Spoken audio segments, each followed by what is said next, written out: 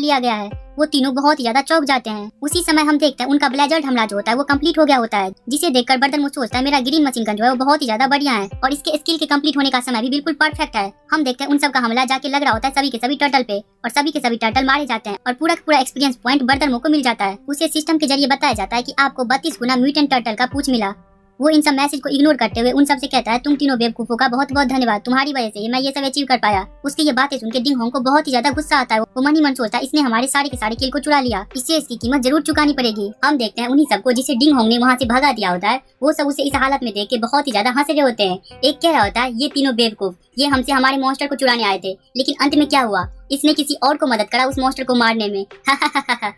दूसरा लड़का कहता है ये बिना मतलब के हमसे पंगा लेने आ गया, आखिरकार स्वर्ग और पृथ्वी निष्पेक्ष है, इस बार इसने एक लोहे पे लात मारा है। उन सभी की ऐसी बातें सुनकर डिंग होंग को बहुत ही ज्यादा गुस्सा आ रहा होता है। वो गुस्से में चैन किन्नू की तरफ बढ़ रहा होता है, लेकिन तभी उसे पर्पल बाल वाली लड़की रोक देती है। वो कहती है क्लास मॉनिटर, जल्दबाजी में आके फैसला मत करिए, उस लड़के के अटैक का जो डैमेज है वो हम सब के मिला के जो अटैक होगा उस सबसे भी ज्यादा है, जरा दिमाग से सोचिए। उसकी बातें सुनकर डिंग होंग उसके तरफ गुस्से से देखता है, लेकिन वो रुक जाता है, नहीं जाता उसके तरफ। वो पीछे मुड़कर कहता है चैन किन्नू, मैं तुम्हारा नाम याद रखूंगा, मैं ये मेक श्योर करूंगा कि तुम्हें इसकी कीमत चुकाना पड़े। और वो उन सबसे कहता है चलो यहाँ से चलते हैं। उन सबको ऐसे वहाँ से जाते हुए देख बर्दरमुथ बड़े ही गुस्से में कहता है क्या मैंने कहा कि तुम सब यहाँ से जा सकते हो। उसकी ये बातें सुन के उन तीनों की तो हालत पतली हो जाती है। डिंग होंग डरते हुए पीछे घूमता है और कहता है अरे यार तुमने तो पहले ही हमारा मॉन्स्टर चुरा लिया और जब हम तुम्हें ये प्लेस देकर यहाँ से जा रहे हैं तो अब और क्या चाहते हो तुम हमसे। जिस पर बर्दरमुथ कहता है ये तो बहुत ही आसान है, तुम्हारे पास जितना भी सामान है सबके सब मेरे हवाले करो और यहाँ से फूट लो, वरना तुम्हें फिर से स्टार्टिंग से लेवल अप करना पड़ेगा। सीधे सीधे से मारने की धमकी दे रहा है। उसकी ये धमकी सुन के डिंग होंग के साथ का जो मेज होता है वो बहुत ही ज्यादा गुस्सा हो जाता है। वो कहता है तुम ये कुछ ज्यादा ही कर रहे हो, क्या हो गया अगर तुम्हारे अटैक का डैमेज ज्यादा है तो, अगर लड़ाई होगी तो तुम्हें भी कुछ न कुछ नुकसान झेलना ही होगा, मेरे से कुछ लेने का तो सोचना भी मत। इतना कहते हुए वो एक फायरबॉल का अटैक तैयार करने लगता है। ये देखकर वहाँ खड़े सभी स्टूडेंट्स बहुत ज्यादा चौंक जाते हैं। उसमें से एक कहता है ये तो एक्सक्लूसिव फायरबॉल स्किल है, कोई आश्चर्यजनक बात नहीं कि ये टॉप 10 स्कूल में से एक का हिस्सा है, इसने एक ही साल में इतने हाई लेवल के स्किल को सीख लिया। उसकी बातें सुन के वहाँ खड़ा एक लड़का कहता है जबकि चैन किन्नू का स्किल उतना बुरा नहीं है अभी, लेकिन इससे क्या ही फर्क पड़ता है, वो अंत में तो है एक वेग्रेंट ही, कोई रास्ता नहीं है कि वो इतने पावरफुल अटैक को झेल पाएगा। हम देखते हैं वो अपने फायरबॉल स्किल को कास्ट कर रहा होता है और चैन किन्नू उसे वहाँ से खड़े होकर देख रहा होता है, जो देखकर सभी लोग बात करने लगते हैं आखिरकार चैन किन्नू वहाँ से हट क्यों नहीं रहा, अगर ये अभी नहीं हटा तो बाद में इससे डील करना और भी ज्यादा मुश्किल हो जाएगा। ये देखकर वो मेज हंसते हुए कहता है बच्चे तू इतना ज्यादा डर गया है कि तुझे वहाँ से हटा भी नहीं जा रहा, बस थोड़ी देर पहले मुझे ऐसा लगा था कि तू बहुत ही ज्यादा ताकतवर होगा, लेकिन ये ऐसा निकला कि तेरे पास रियल लड़ाई का कोई भी एक्सपीरियंस नहीं है। उसकी ये सब बकवास खत्म होने के बाद हम देखते हैं उसके फायरबॉल स्किल को जो कि कंप्लीट हो गया होता है। उसे वो बर्दरमुथ की तरफ करते हुए कहता है कि अब तू मर। बर्दरमुथ उसे देखते हुए जल्दी से अपने वेपन स्विच स्किल को एक्टिवेट करता है और अपने हाथ में बॉक्सिंग ग्लव्स को ले आता है। फिर वो अपने एक बॉक्सिंग वाले स्किल को एक्टिवेट करता है और उस पे एक जोर का पंच मारता है, जिससे फायर इधर से उधर चले जाते हैं। तुरंत ही वो स्लाइड स्टेप का इस्तेमाल करके उसके पीछे आ जाता है और उस पे एक फ्लाइंग किक मारता है, जिससे वो उड़ते हुए जाके दूर फेंकता है।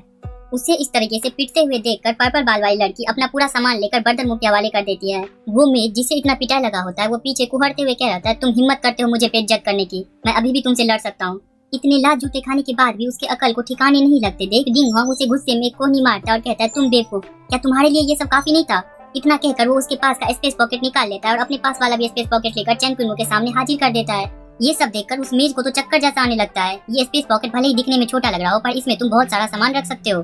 डिंग होंग कहता है हमारे साथ के स्टूडेंट चैंग, थोड़ी देर पहले हमारा व्यवहार बहुत ही ज्यादा अभद्र था, कृपया इन चीजों को स्वीकार करें और हम पे दया दिखाएं। उससे स्पेस पॉकेट लेकर बर्दरमुथ मन ही मन सोचता है 120 पूछे हाँ, लेकिन इन बेवकूफ का धन्यवाद, इनकी मदद से मेरा बहुत सारा समय बच पाया। ये सब सोचने के बाद वो उन तीनों से कहता है तुम सब अब भगो यहाँ से। ये सुनने की ही देर थी कि वो तीनों बड़े तेजी में वहाँ से निकल पड़ते हैं। ये देखते हुए वहाँ देख रहे स्टूडेंट्स कहते हैं क्या मैं सही देख रहा हूँ, क्या ये बस एक वेग्रेंट है, इसने सही में एक मोलिंग यूनिवर्सिटी के स्टूडेंट्स के ग्रुप को हरा दिया। उसके बगल वाला स्टूडेंट कहता है मैंने कभी इतना मजेदार वेग्रेंट नहीं देखा। हम देखते हैं उस लड़के को जो कि चैन किन्नू का पूरा ही फैन बन जाता है। वो कहता है महान भगवान कृपया मेरे साथ टीम बना लीजिए, आप उस टीम का लीडर हो सकते हैं। उसके साथ वाली लड़की उसे खींचते हुए कहती है किस प्रकार का टीम बनाना चाहते हो तुम, क्या तुम्हें नहीं पता इस महान भगवान के अपने ही कुछ गोल हैं, इसीलिए तो वो आइटम्स को कलेक्ट कर रहे हैं, चलो हम सब यहाँ से निकल जाते हैं ताकि इन्हें कोई दिक्कत ना हो। सभी कह रहे हैं हाँ चलो हम यहाँ से जल्दी से निकल जाते हैं ताकि इन्हें कोई दिक्कत ना हो। सब वेग्रेंट वेग्रेंट के नारा लगा रहे होते हैं। वो उन सबको देखकर मुस्कुराते हुए मन में सोचता है ये बिल्कुल ही मेरे पिछले दुनिया जैसा है। मेनलैंड एपोकलिप्सिस में सिर्फ ताकत ही डिसाइड करता है कि लोग किसकी चाटुकरी करेंगे, लेकिन अभी के लिए ये सब बहुत ही अच्छा है। आखिरकार कोई मेरे रास्ते में नहीं आएगा जिसके कारण मैं आराम से उन सब आइटम्स को इकट्ठा कर पाऊंगा जो सब मिशन के लिए जरूरी है। हमें दिखाया जाता है इसे क्या सब आइटम चाहिए इस हिडन मिशन को पूरा करने के लिए, जिसमें होता है 400 समुद्री कछुए के पूंछ और एक ब्लैक बाम्बू का डंडा। वो उन सभी कछुए को देखते हुए कहता है जबकि मुझे और 239 पूंछों की जरूरत है, तो ऐसा लगता है इनके पूंछ निकालने में मुझे पूरा का पूरा रात लग जाएगा। उसके बाद हम देखते हैं दूसरे दिन का सीन, जहाँ सुबह हो गया होता है और वो सभी कछुए के पूंछ को निकाल लिया होता है। वो थक कर बैठते हुए कहता है आखिरकार मैंने 400 पूंछे कलेक्ट कर लिया। कोई आश्चर्यजनक बात नहीं कि इतना खपा देने वाला काम एक हिडन मिशन में आता है, लेकिन शुक्र है कि मैंने एक बार लेवल अप भी किया। हम देखते हैं उसके स्टेटस विंडो को, जहां उसका लेवल 15 हो गया होता है। Strength 20, agility 100, intelligence 20, physique 20, overall combat power 10,255, unassigned point 0। वो अपने सिस्टम विंडो को देखते हुए कहता है मेरे 6 अनअसाइंड पॉइंट को एजिलिटी में लगाने के बाद मेरा जो एजिलिटी है वो 100 तक पहुंच गया, और मेरे 10,000 कॉम्बैट पावर के साथ मुझे सोचकर भी घबराहट होता है कि कोई भी फर्स्ट ईयर का स्टूडेंट ये अचीवमेंट कभी भी नहीं प्राप्त कर पाएगा। उसके बाद वो तैयार होते हुए कहता है अब सब कुछ तैयार है, अब ये समय है कि मैं जाऊं और जाकर उस हिडन मिशन को कंप्लीट करूं और उसके बाद उस नोविस रेलम के वेपन को प्राप्त करूं। उसके बाद हम देखते हैं मोलिंग यूनिवर्सिटी का सीन, जहाँ पे हम देखते हैं डिंग होंग और उसके साथ के 2 मेज को, जहाँ वो पर्पल बाल वाली लड़की कह रहे होते हैं क्लास मॉनिटर क्या हमें उस वेग्रेंट से लड़के से निपटने के लिए इतनी बड़ी खर्च करने की जरूरत है। जिसकी बातें सुनकर डिंग होंग कहता है तुम नहीं जानती हो, वो बच्चा बिल्कुल हमारे जैसा है, उसका स्किल्स का मूवमेंट्स बहुत ही ज्यादा है। उसे अच्छी तरीके से खत्म करने के काम में हम बिल्कुल भी लापरवाही नहीं बरत सकते। और वो काम कैसा चल रहा है जो मैंने तुम्हें दिया था। उसकी बातें सुन के वो पर्पल वाली लड़की कहती है क्लास मॉनिटर मैंने पहले ही किसी को कह दिया है चैन के मुंह पर नजर रखने के लिए, कोई रास्ता नहीं है कि चैन के मुंह उसकी नजरों से दूर चला जाए। उसी के बाद दूसरा मेज कहता है मैंने भी इस फर्स्ट ईयर के टॉप 30 स्टूडेंट से कांटेक्ट करा और आपके इतने रिस्पेक्ट होने के कारण वो सब मान चुके हैं हमारी मदद करने के लिए। उसकी बातें सुनकर डिंग होंग कहता है बहुत अच्छा काम किया तुम सबने, अब बस एक ही व्यक्ति बच चुका है जिसे हमने अभी तक नहीं बुलाया है। उसकी बातें सुन के वो पर्पल बाल वाली लड़की कहती है क्या आप वो टॉप सॉर्सर गु यूनफी की बात कर रहे हैं? तो वो कहता है हाँ बिल्कुल सही कहा तुमने। ऐसा कहा जाता है कि वो बस एक ऐसे रैंक टैलेंट ही नहीं है, बल्कि वो एक ही साल में लेवल 21 तक पहुंच चुका था। माना जाता है कि न्यू स्टूडेंट्स के बीच वो एक ही सांस में सबसे ताकतवर बन गया था। जिस पे दूसरा मेज कहता है क्लास मॉनिटर लेकिन ऐसी बातें हर जगह फैल रही है कि वो एकांत में बैठकर बस कल्टीवेट करना पसंद करता है, वो किसी को भी फेवर करना पसंद नहीं करता, भले वो कोई भी हो। आखिरकार क्या आप ऐसे व्यक्ति को रिक्रूट कर पाएंगे? उसकी बातें सुनकर डिंग होंग हंसते हुए कहता है इस दुनिया में कोई भी ऐसा व्यक्ति नहीं है जो पैसे को मना कर सके। अगर तुम उसे पैसे दे रहे हो फिर भी वो मना कर रहा है, इसका मतलब तुम्हें और भी पैसे देने की जरूरत है। हम देखते हैं वो तीनों उसके घर के दरवाजे पे पहुंच जाते हैं और पहुंचते ही उन्हें देखने को मिलता है एक बहुत बड़ा धमाका। डिंग होंग उस धमाके को देखकर ताली बजाते हुए कहता है कोई आश्चर्यजनक बात नहीं कि तुम मोलिंग यूनिवर्सिटी के एक नंबर 1 हेवेंस प्राइड स्टूडेंट हो। आखिरकार तुम सक्षम हो एक फायरबॉल जैसे स्किल को इस हद तक बड़ा करने के लिए। उसकी बातें सुनकर वो उसके तरफ गुस्से से घूरते हुए कहता है ये जो एरिया है वो कुछ महीनों से बंजर पड़ा है, यहाँ कोई भी मुंह उठाकर घूमने नहीं चलाता। मैं आश्चर्य हूँ आखिरकार क्या जरूरत पड़ गई टाइन हाई के सबसे अमीर डिंग फैमिली के यंग मास्टर को यहाँ आने की। अपना परिचय सुनकर वो कहता है जबकि क्लासमेट गु मुझे अच्छे से जानते हैं तो मैं सीधे मुद्दे की बात पे आऊंगा। मैं यहाँ आया हूँ एक लड़ाई के प्लान को लेकर और मैं आपको इसमें इनवाइट करना चाहता हूँ। उसकी बातें सुनकर वो कहता है कि मैं इसमें कोई दिलचस्पी नहीं रखता। उससे इस तरीके से मना कर जाते हुए देख डिंग होंग घबराते हुए कहता है क्लासमेट गु रुक जाओ, मैंने अभी तक कहना खत्म नहीं किया। मेरे पास एक आइडिया है जिससे तुम्हें बहुत मदद मिलेगी। क्या तुम अपने दूसरी क्लास चेंज के लिए नहीं जाने वाले हो? मैं तुम्हें पूरा रिसोर्सेज प्रोवाइड कर सकता हूँ, जितना भी रिसोर्सेज लगेगा तुम्हें दूसरी क्लास चेंज करने में। उसका ये ऑफर सुनकर गु कहता है तुम्हारा मेरे बारे में सोचने के लिए धन्यवाद, लेकिन मेरा जवाब अभी भी नहीं है। ये कहकर वो वहाँ से जाने लगता है। उसे इस प्रकार जाते हुए देख डिंग होंग कहता है रुक जाओ, कृपया रुक जाओ क्लासमेट को, मैं तुम्हें सच बताता हूँ। मैं प्लान कर रहा हूँ उस बच्चे को सबक सिखाने की। अगर तुम मेरी मदद करते हो तो मैं तुम्हारी किसी भी शर्त से राजी हूँ। उस बच्चे ने कल हम सबको बहुत ही ज्यादा परेशान किया और वो बस लेवल 14 का एक स्टूडेंट है, लेकिन उसकी ताकत जो है वो बहुत ही ज्यादा है, यहाँ तक कि हम तीनों की ताकत मिलाकर भी उसके ताकत के खिलाफ नहीं जा सके। उसकी ये सब बातें सुन के गु कहता है भग यहाँ से। इतनी बार रिजेक्ट होने के बाद वो जोर से चिढ़कर कहता है बस इतना ही नहीं, वो बच्चा एक वेग्रेंट क्लास से है। जो सुनकर वो रुक जाता है और बड़ा ही डेविल सा स्माइल देते हुए कहता है क्या एक वेग्रेंट? ये तो बड़ी ही मजेदार बात है। मुझे लग रहा था कि यहाँ के जितने भी स्टूडेंट्स हैं वो सभी के सभी एक ही ग्रेड के कचरे हैं, लेकिन इस पर मुझे एक ऐसा अपोनेंट मिलता है जो कि मेरे इंटरेस्ट को जगा सके। हम देखते हैं एक दुकान का सीन जहाँ फिशिंग से रिलेटेड सभी के सभी सामान मिलते हैं। बर्दर में वहाँ आकर कहता है क्या दुकानदार नहीं है यहाँ पे? मैं तुम्हारी दुकान के सबसे अच्छे मछली पकड़ने वाले डंटे और चारे को देखना चाहूंगा। वो मन में सोच रहा होता है उन पूछों को कलेक्ट करना ये तो बस पहला कदम था हिडन मिशन की तरफ। अब जो मुझे जरूरत है वो है मछली पकड़ने से रिलेटेड सभी बेहतरीन गियर्स को कलेक्ट करने की। सौभाग्य से उन तीनों बेवकूफों के स्पेस पॉकेट में मुझे 100 कॉइंस मिल गए। ये मुझे बहुत सारी मुसीबतों से बचाता है, नहीं तो मुझे जो स्कूल के द्वारा रिवार्ड के रूप में ब्लू स्टार करेंसी मिला था मुझे उसे ही कॉइंस के रूप में एक्सचेंज करना पड़ता। दुकानदार उसकी बातें सुन के बड़ा ही आलस दिखाते हुए कहता है छोटे भाई मेरे दुकान का जितना भी सामान है वहाँ लिखा हुआ है प्राइस के साथ। एक बार तुम्हें पता चल जाए कि तुम्हें क्या चाहिए मुझे बताना, मैं तुम्हें वो लेके दे दूंगा। लेकिन वो मन में सोच रहा होता है एक और बुद्धू इंसान जिसका जेब पैसों से भरा हुआ है। तुम्हें पता होना चाहिए फिशिंग गियर को लेके सबसे महत्वपूर्ण पार्ट जो है वो ये है कि तुम्हारा जो मछली पकड़ने वाला डंडा है और चारा वो एक दूसरे से मैच खाना चाहिए। सीधे आके मुझे सबसे कीमती सामान दिखाने के लिए कहना, ये तो एक बेवकूफ इंसान कर सकता है। बर्दरमुह उसके लिस्ट की तरफ एक नजर डालते हुए कहता है, तुम्हारे दुकान का जो फिशिंग गियर्स है उसका क्वालिटी उतना भी ज्यादा मस्त नहीं है, लेकिन चलो मैं इनसे काम चला लूंगा। इतना कहकर वो कहता है, मेरे लिए एक काले बांस का डंडा और 10 हाई ग्रेड के खूनी कीड़े पैक कर दो। दुकानदार उसकी बात सुनने के बाद बड़ा ही ज्यादा चौंक जाता है। वो सोचता है एक ही मिनट में इसने मेरे दुकान के सबसे अच्छे इक्विपमेंट को चूज करा, वो भी सभी एक दूसरे से मैच कर रहे हैं। क्या ऐसा हो सकता है कि ये एक फिशिंग मास्टर हो? लेकिन ऐसा संभव ही कैसे है? अगर ये अपनी माँ के पेट से ही मछली पकड़ना सीखते हुए आता तब भी इसके पास इतना नॉलेज नहीं हो सकता था मछली पकड़ने को लेके। वो दुकानदार बड़ा ही घबराते हुए कहता है, मेरा नाम जूहे है, आपका ये सबसे अलग तरीका काम करने का। क्या ऐसा हो सकता है कि आप किसी फिशिंग फैमिली से हैं? जिस पे बर्दरमुह कहता है, नहीं, फिशिंग बस मेरा एक हॉबी है। बर्दरमुह उस दुकानदार को देखते हुए मन में सोचता है, ऐसा लगता है इस दुकानदार को मुझे लेके कोई गलत फैमिली हो चुकी है। मेरी पिछली दुनिया में ये जो फिशिंग गियर्स था ये बहुत ही ज्यादा कॉमन था, इतना कॉमन कि मानो हर व्यक्ति के पास ये होता था। वो दुकानदार कहता है, युवा व्यक्ति, ऐसा लगता है कि तुम्हारे पास बहुत अच्छी आंखें हैं, तो ये कैसा रहेगा कि तुम जो सब खरीदोगे मैं तुम्हें उस पे डिस्काउंट दूंगा, तो चलो मैं तुमसे बस 10 गोल्ड कॉइन लूंगा। वो मन में सोच रहा होता है, अगर ये कोई फिशिंग फैमिली से नहीं है तो इतना तो मैं श्योर हूँ कि ये कोई मामूली इंसान नहीं होगा, जबकि मेरे पास मौका है इसके गुड लिस्ट में आने का, तो इससे मेरा क्या ही नुकसान होगा। इतना सोचकर वो उससे हाथ मिलाते हुए कहता है, अगर भविष्य में आपके पास कोई अच्छा फिशिंग रिलेटेड सामान हो तो आप कृपया आकर मुझे ही बेचिएगा, मैं आपको गारंटी दे सकता हूँ कि आपको कोई हानि तो नहीं झेलना पड़ेगा। उसके बाद हम देखते हैं समुद्र के किनारे का सीन, जहाँ पे बहुत सारे प्लेयर्स मॉन्स्टर सबसे लड़ रहे होते हैं और बर्दरमुह वहाँ खड़े होकर समुद्र को देख रहा होता है और वो मन में सोच रहा होता है, अब जबकि मेरे पास समुद्री कछुए के पूंछ हैं और साथ में फिशिंग गियर्स भी, तो अब बस मेरे पास एक ही चीज की कमी बची है। वो वहाँ के छोटे से आइलैंड को देखकर कहता है, अगर मैं सही से याद करूँ तो मेरे पिछले दुनिया में वही एक छोटा सा आइलैंड था जहाँ पे प्रत्येक 72 घंटे पे एक रेयर बॉस आता था।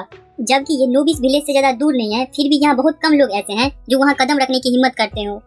उसके बाद वो वहाँ से छलांग लगाते हुए मन में सोचता है, मुझे जो आइटम चाहिए वो उस रेयर बॉस को मारने के बाद ड्रॉप होगा। उस आइटम की मदद से मैं पानी के अंदर भी सांस ले सकता हूँ। डिसअपीयरिंग डार्क शैडो मिशन को अच्छी तरीके से कंप्लीट करने के लिए इस आइटम का एक बहुत महत्वपूर्ण भूमिका होगा। वहाँ फाइट कर रहे सभी स्टूडेंट्स बहुत ज्यादा चौंक जाते हैं। वो कह रहे थे, यार अभी अभी किसी ने समुद्र में जंप लगा दिया। वहाँ के स्टूडेंट्स कह रहे थे, तुम्हें अपनी क्षमता पता होना चाहिए। एपोकलिप्सिस मेनलैंड में कोई भी इंसान पानी के अंदर बस 2 मिनट तक ही रह सकता है, उसके बाद समय के बीतने के साथ साथ तुम्हें 10% का डैमेज झेलना पड़ेगा और बस 10 सांसों के अंदर ही तुम सांस घुटने के कारण मारे जाओगे। और इससे भी महत्वपूर्ण, समुद्र में रह रहे जीव तुम पे हमला करेंगे जिसके कारण तुम बहुत ही खतरनाक मौत मरोगे। इसलिए एपोकलिप्सिस के मेनलैंड में कोई भी ऐसे ही पानी में कूदने की हिम्मत नहीं करता है। सब कह रहे थे, ये बंदा बड़ा ही औसम है। पानी के अंदर और भी ज्यादा खतरनाक मॉन्स्टर होते हैं जमीन की उपेक्षा में। मैंने आज तक नोबिस रेलम में किसी ऐसे इंसान को नहीं देखा है जो हिम्मत करता हो अकेले पानी में जंप लगाने की। एक कह रहा था, क्या इसे डर नहीं है कि समुद्र के मॉन्स्टर इस पे अटैक कर देंगे? हम देखते हैं झाड़ी के पीछे छुपे 2 व्यक्ति को जो कि काले हुडी और काले मास्क पहने होते हैं। उसमें से एक कहता है, बड़े भैया, वे सब कह रहे हैं कि कितना खतरनाक होता है समुद्र में इंटर करना, क्या हमें अभी उसे फॉलो करना चाहिए? उसकी बातें सुन के उसका भाई कहता है, दौलत और इज्जत जो है वो खतरनाक सिचुएशन में ही प्राप्त किया जा सकता है, और जबकि वो पर्पल बाल वाली लड़की ने हमें इतना पैसा देने का वादा करा है जिससे हमारी बाकी की जीवन आराम से बीत सकता है, तो हम क्यों नहीं जाएंगे? और मैंने ऐसा भी सुना है कि समुद्र के जो किनारे का एरिया होता है वहाँ पे ज्यादा खतरनाक मॉन्स्टर नहीं पाए जाते हैं, तो चलो एक ऐसा जगह ढूंढते हैं जहाँ से हम इंटर कर सकें। जिसकी बातें सुन के उसका भाई भी जोश में आते हुए कहता है, हाँ भैया। उसके बाद हम देखते हैं उसी छोटे से आइलैंड का सीन जहाँ पर बर्दरमुह आ चुका होता है और उसे फॉलो करते हुए वो दोनों भाई भी आ चुका होता है। उसका भाई कहता है, चलो इसे यहीं तक फॉलो करते हैं, जबकि ये आइलैंड बहुत ही ज्यादा छोटा है, अगर हम इसके चक्कर भी लगाएंगे तो 10 ही मिनट में पूरा आइलैंड खत्म हो जाएगा, और अगर हम इसके क्लोज जाते हैं तब ये भी रिस्क रहेगा कि इसे हमारे बारे में पता न लग जाए, और जबकि वो लड़की हमें इतना पैसा दे रही है इस पे नजर रखने के लिए, तो इसका ताकत भी कम नहीं होगा, इसलिए कभी भी इसके फेस टू फेस जाकर लड़ने के बारे में तो सोचना भी मत। जिस पे उसका भाई कहता है, जी भैया, जब तक हम इस पत्थर के पीछे से इस पे नजर रखेंगे तब तक कोई चांस ही नहीं है कि ये हमारी नजरों से दूर चला जाए, जब तक कि ये वापस जाने के बारे में ना सोचे।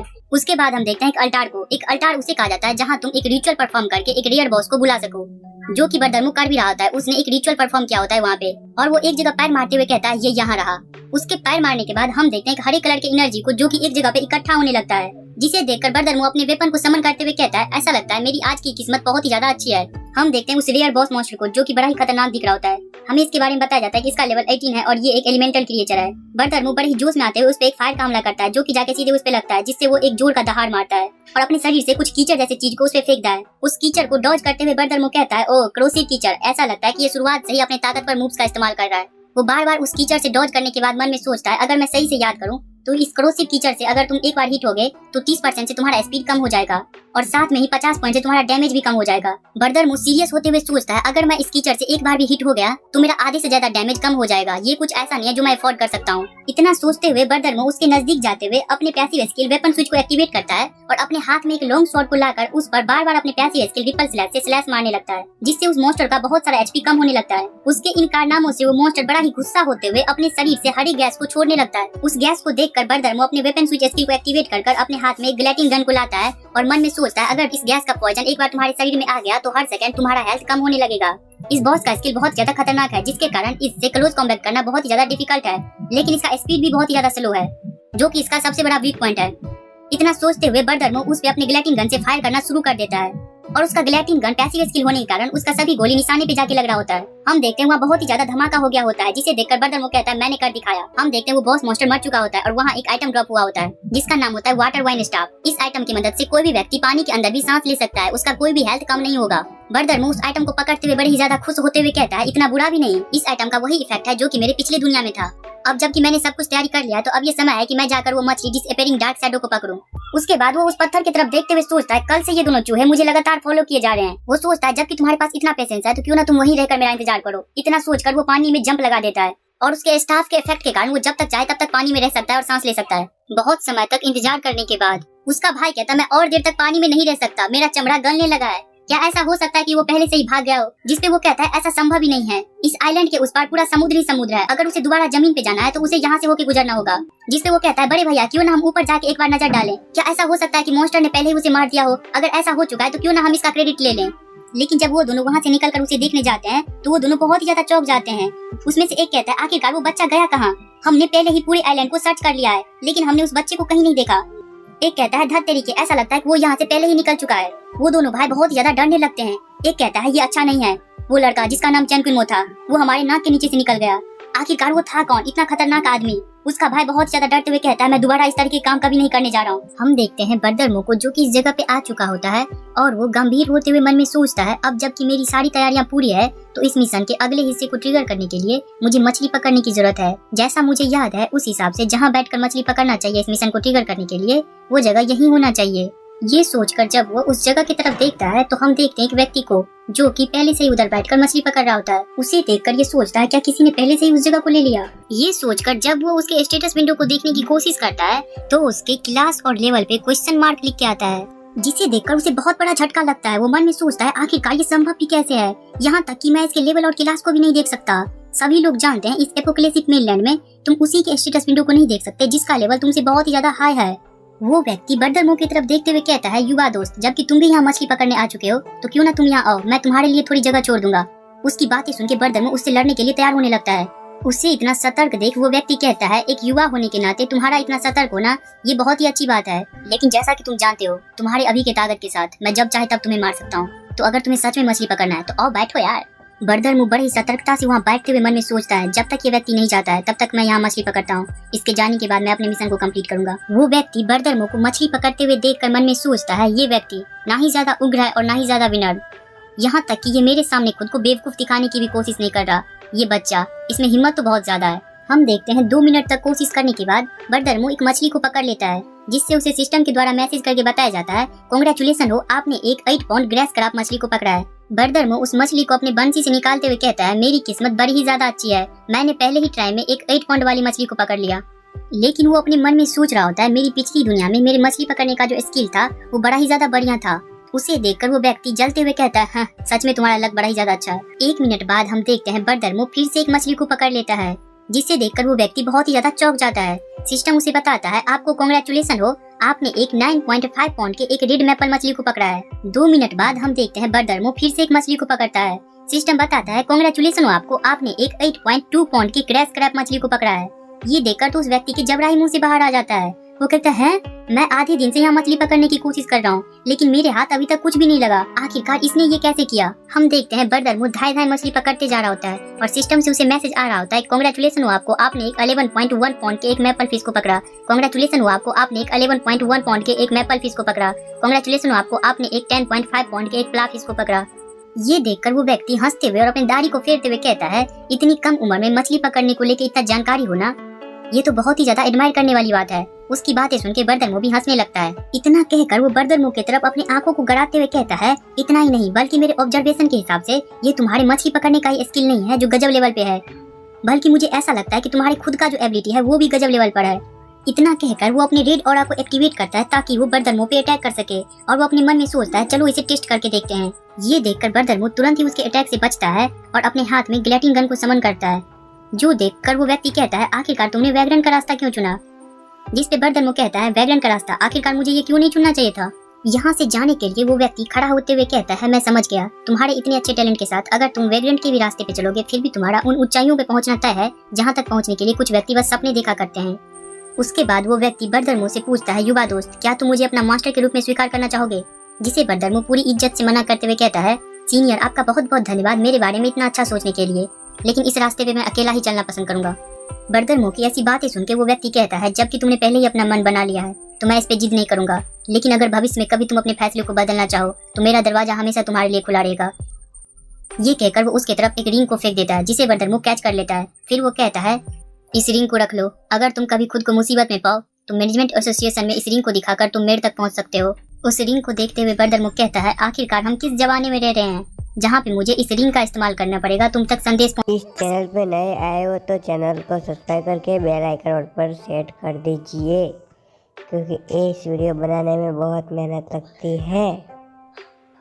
उसके बाद हम देखते हैं चैट ग्रुप को, जिसे बनाया ही गया होता है चेन कुनमो को खत्म करने के लिए। उस ग्रुप में एक बंदा मैसेज करता है कि मैंने चेन कुनमो के ट्रेस को फॉलो किया और आखिरकार मैंने उसे ढूंढ लिया, अभी वो फिलहाल मछली पकड़ रहा है। उसके इस मैसेज के बाद ग्रुप में अनाउंसमेंट किया जाता है कि सभी के सभी लोग 10 मिनट के अंदर तैयार होकर तेनहाई सिटी के मैनेजमेंट एसोसिएशन के पास पहुंचो, जिस पे सभी राजी हो जाते हैं। उसके बाद हम देखते हैं मोलिंग यूनिवर्सिटी के मैनेजमेंट एसोसिएशन का सीन, जहां डिंग होंग अपना पूरा ही सेना लेके आया होता है चेन कुनमो को खत्म करने के लिए। उसके इस सेना को देखकर आसपास के सभी लोग बहुत ही ज्यादा चौंक जाते हैं। वो बात कर रहे होते हैं, हे भगवान, आखिर आज कौन सा दिन है जो मोलिंग यूनिवर्सिटी के सभी स्टूडेंट्स इधर को आ रहे हैं। तभी एक दूसरा लड़का कहता है, जल्दी करो, उधर देखो जो सबसे आगे चल रहा है, क्या वो डिंग फैमिली के यंग मास्टर डिंग होंग नहीं है? कुछ लोग कह रहे थे, क्या है पीछे गु यूनफी नहीं है, मोलिंग यूनिवर्सिटी के फर्स्ट ईयर का किंग। इतनी बड़ी सेना, ये तो कुछ ज्यादा ही खतरनाक है। क्या ये सब किसी इलाके के सबसे ताकतवर बॉस मास्टर को हराने जा रहे हैं? डिंग होंग सबसे आगे चल रहे अपने मन में मुस्कुराते हुए सोचता है, चेन कुनमो, आज तेरी मृत्यु तय है। सभी स्टूडेंट्स धीरे धीरे पोर्टल से जा रहे होते हैं। जाते हुए डिंग होंग गु यूनफी की तरफ देखकर मुस्कुराते हुए कहता है, क्लासमेट को, अब थोड़ी देर बाद सब कुछ आप पे निर्भर होगा।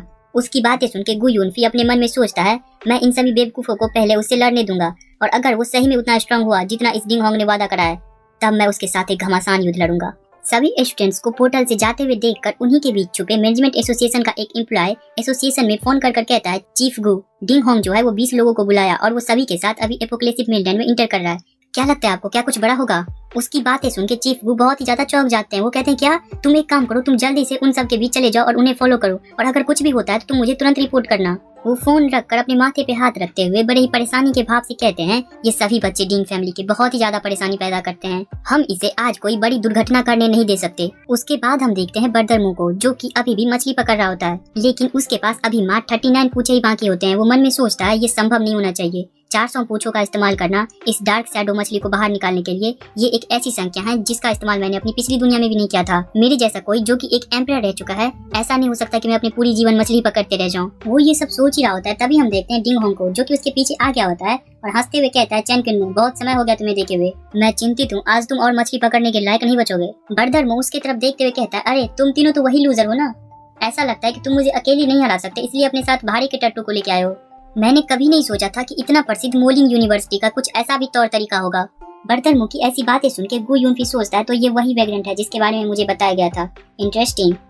लेकिन डिंग होंग के साथ ऐसा नहीं होता। डिंग होंग गुस्से में कहता है, तुम तेज जुबान वाले बास्टर्ड, जबकि तुमने हमारे मोलिंग यूनिवर्सिटी को ऑफेंड करा है, तो क्या सोचते हो तुम आज तुम यहाँ से बच जाओगे? आज हम तुम्हें तब तक मारेंगे जब तक तुम फिर से लेवल 1 पे ना चले जाओ। उसी समय हम देखते हैं समुद्र के पानी को, जो कि पूरा ही लाल हो गया होता है, और बर्दरमो को सिस्टम से वार्निंग के जरिए बताया जाता है कि आपके बंसी में कुछ खतरनाक चीज फंस चुका है। जो सुनकर बर्दरमो कहता है, आखिरकार ये आ चुका है। तभी हम देखते हैं समुद्र के लहरों के बीच 2 लाल आंखें को। उस बॉस मास्टर को देखकर डिंग होंग और उसके साथ के सब स्टूडेंट्स बहुत ही ज्यादा चौंक जाते हैं। उसमें से कुछ स्टूडेंट्स कहता है, आखिरकार क्या है ये मॉन्स्टर? क्या ऐसा हो सकता है कि ये कोई हिडन बॉस हो? लेकिन मैंने तो ऐसा मॉन्स्टर कभी पहले नहीं देखा। हमें बताया जाता है इस मॉन्स्टर के बारे में, इसका नाम प्रिंस नजाक है, जो कि नागा रेस से बिलोंग करता है और इसका लेवल 22 है।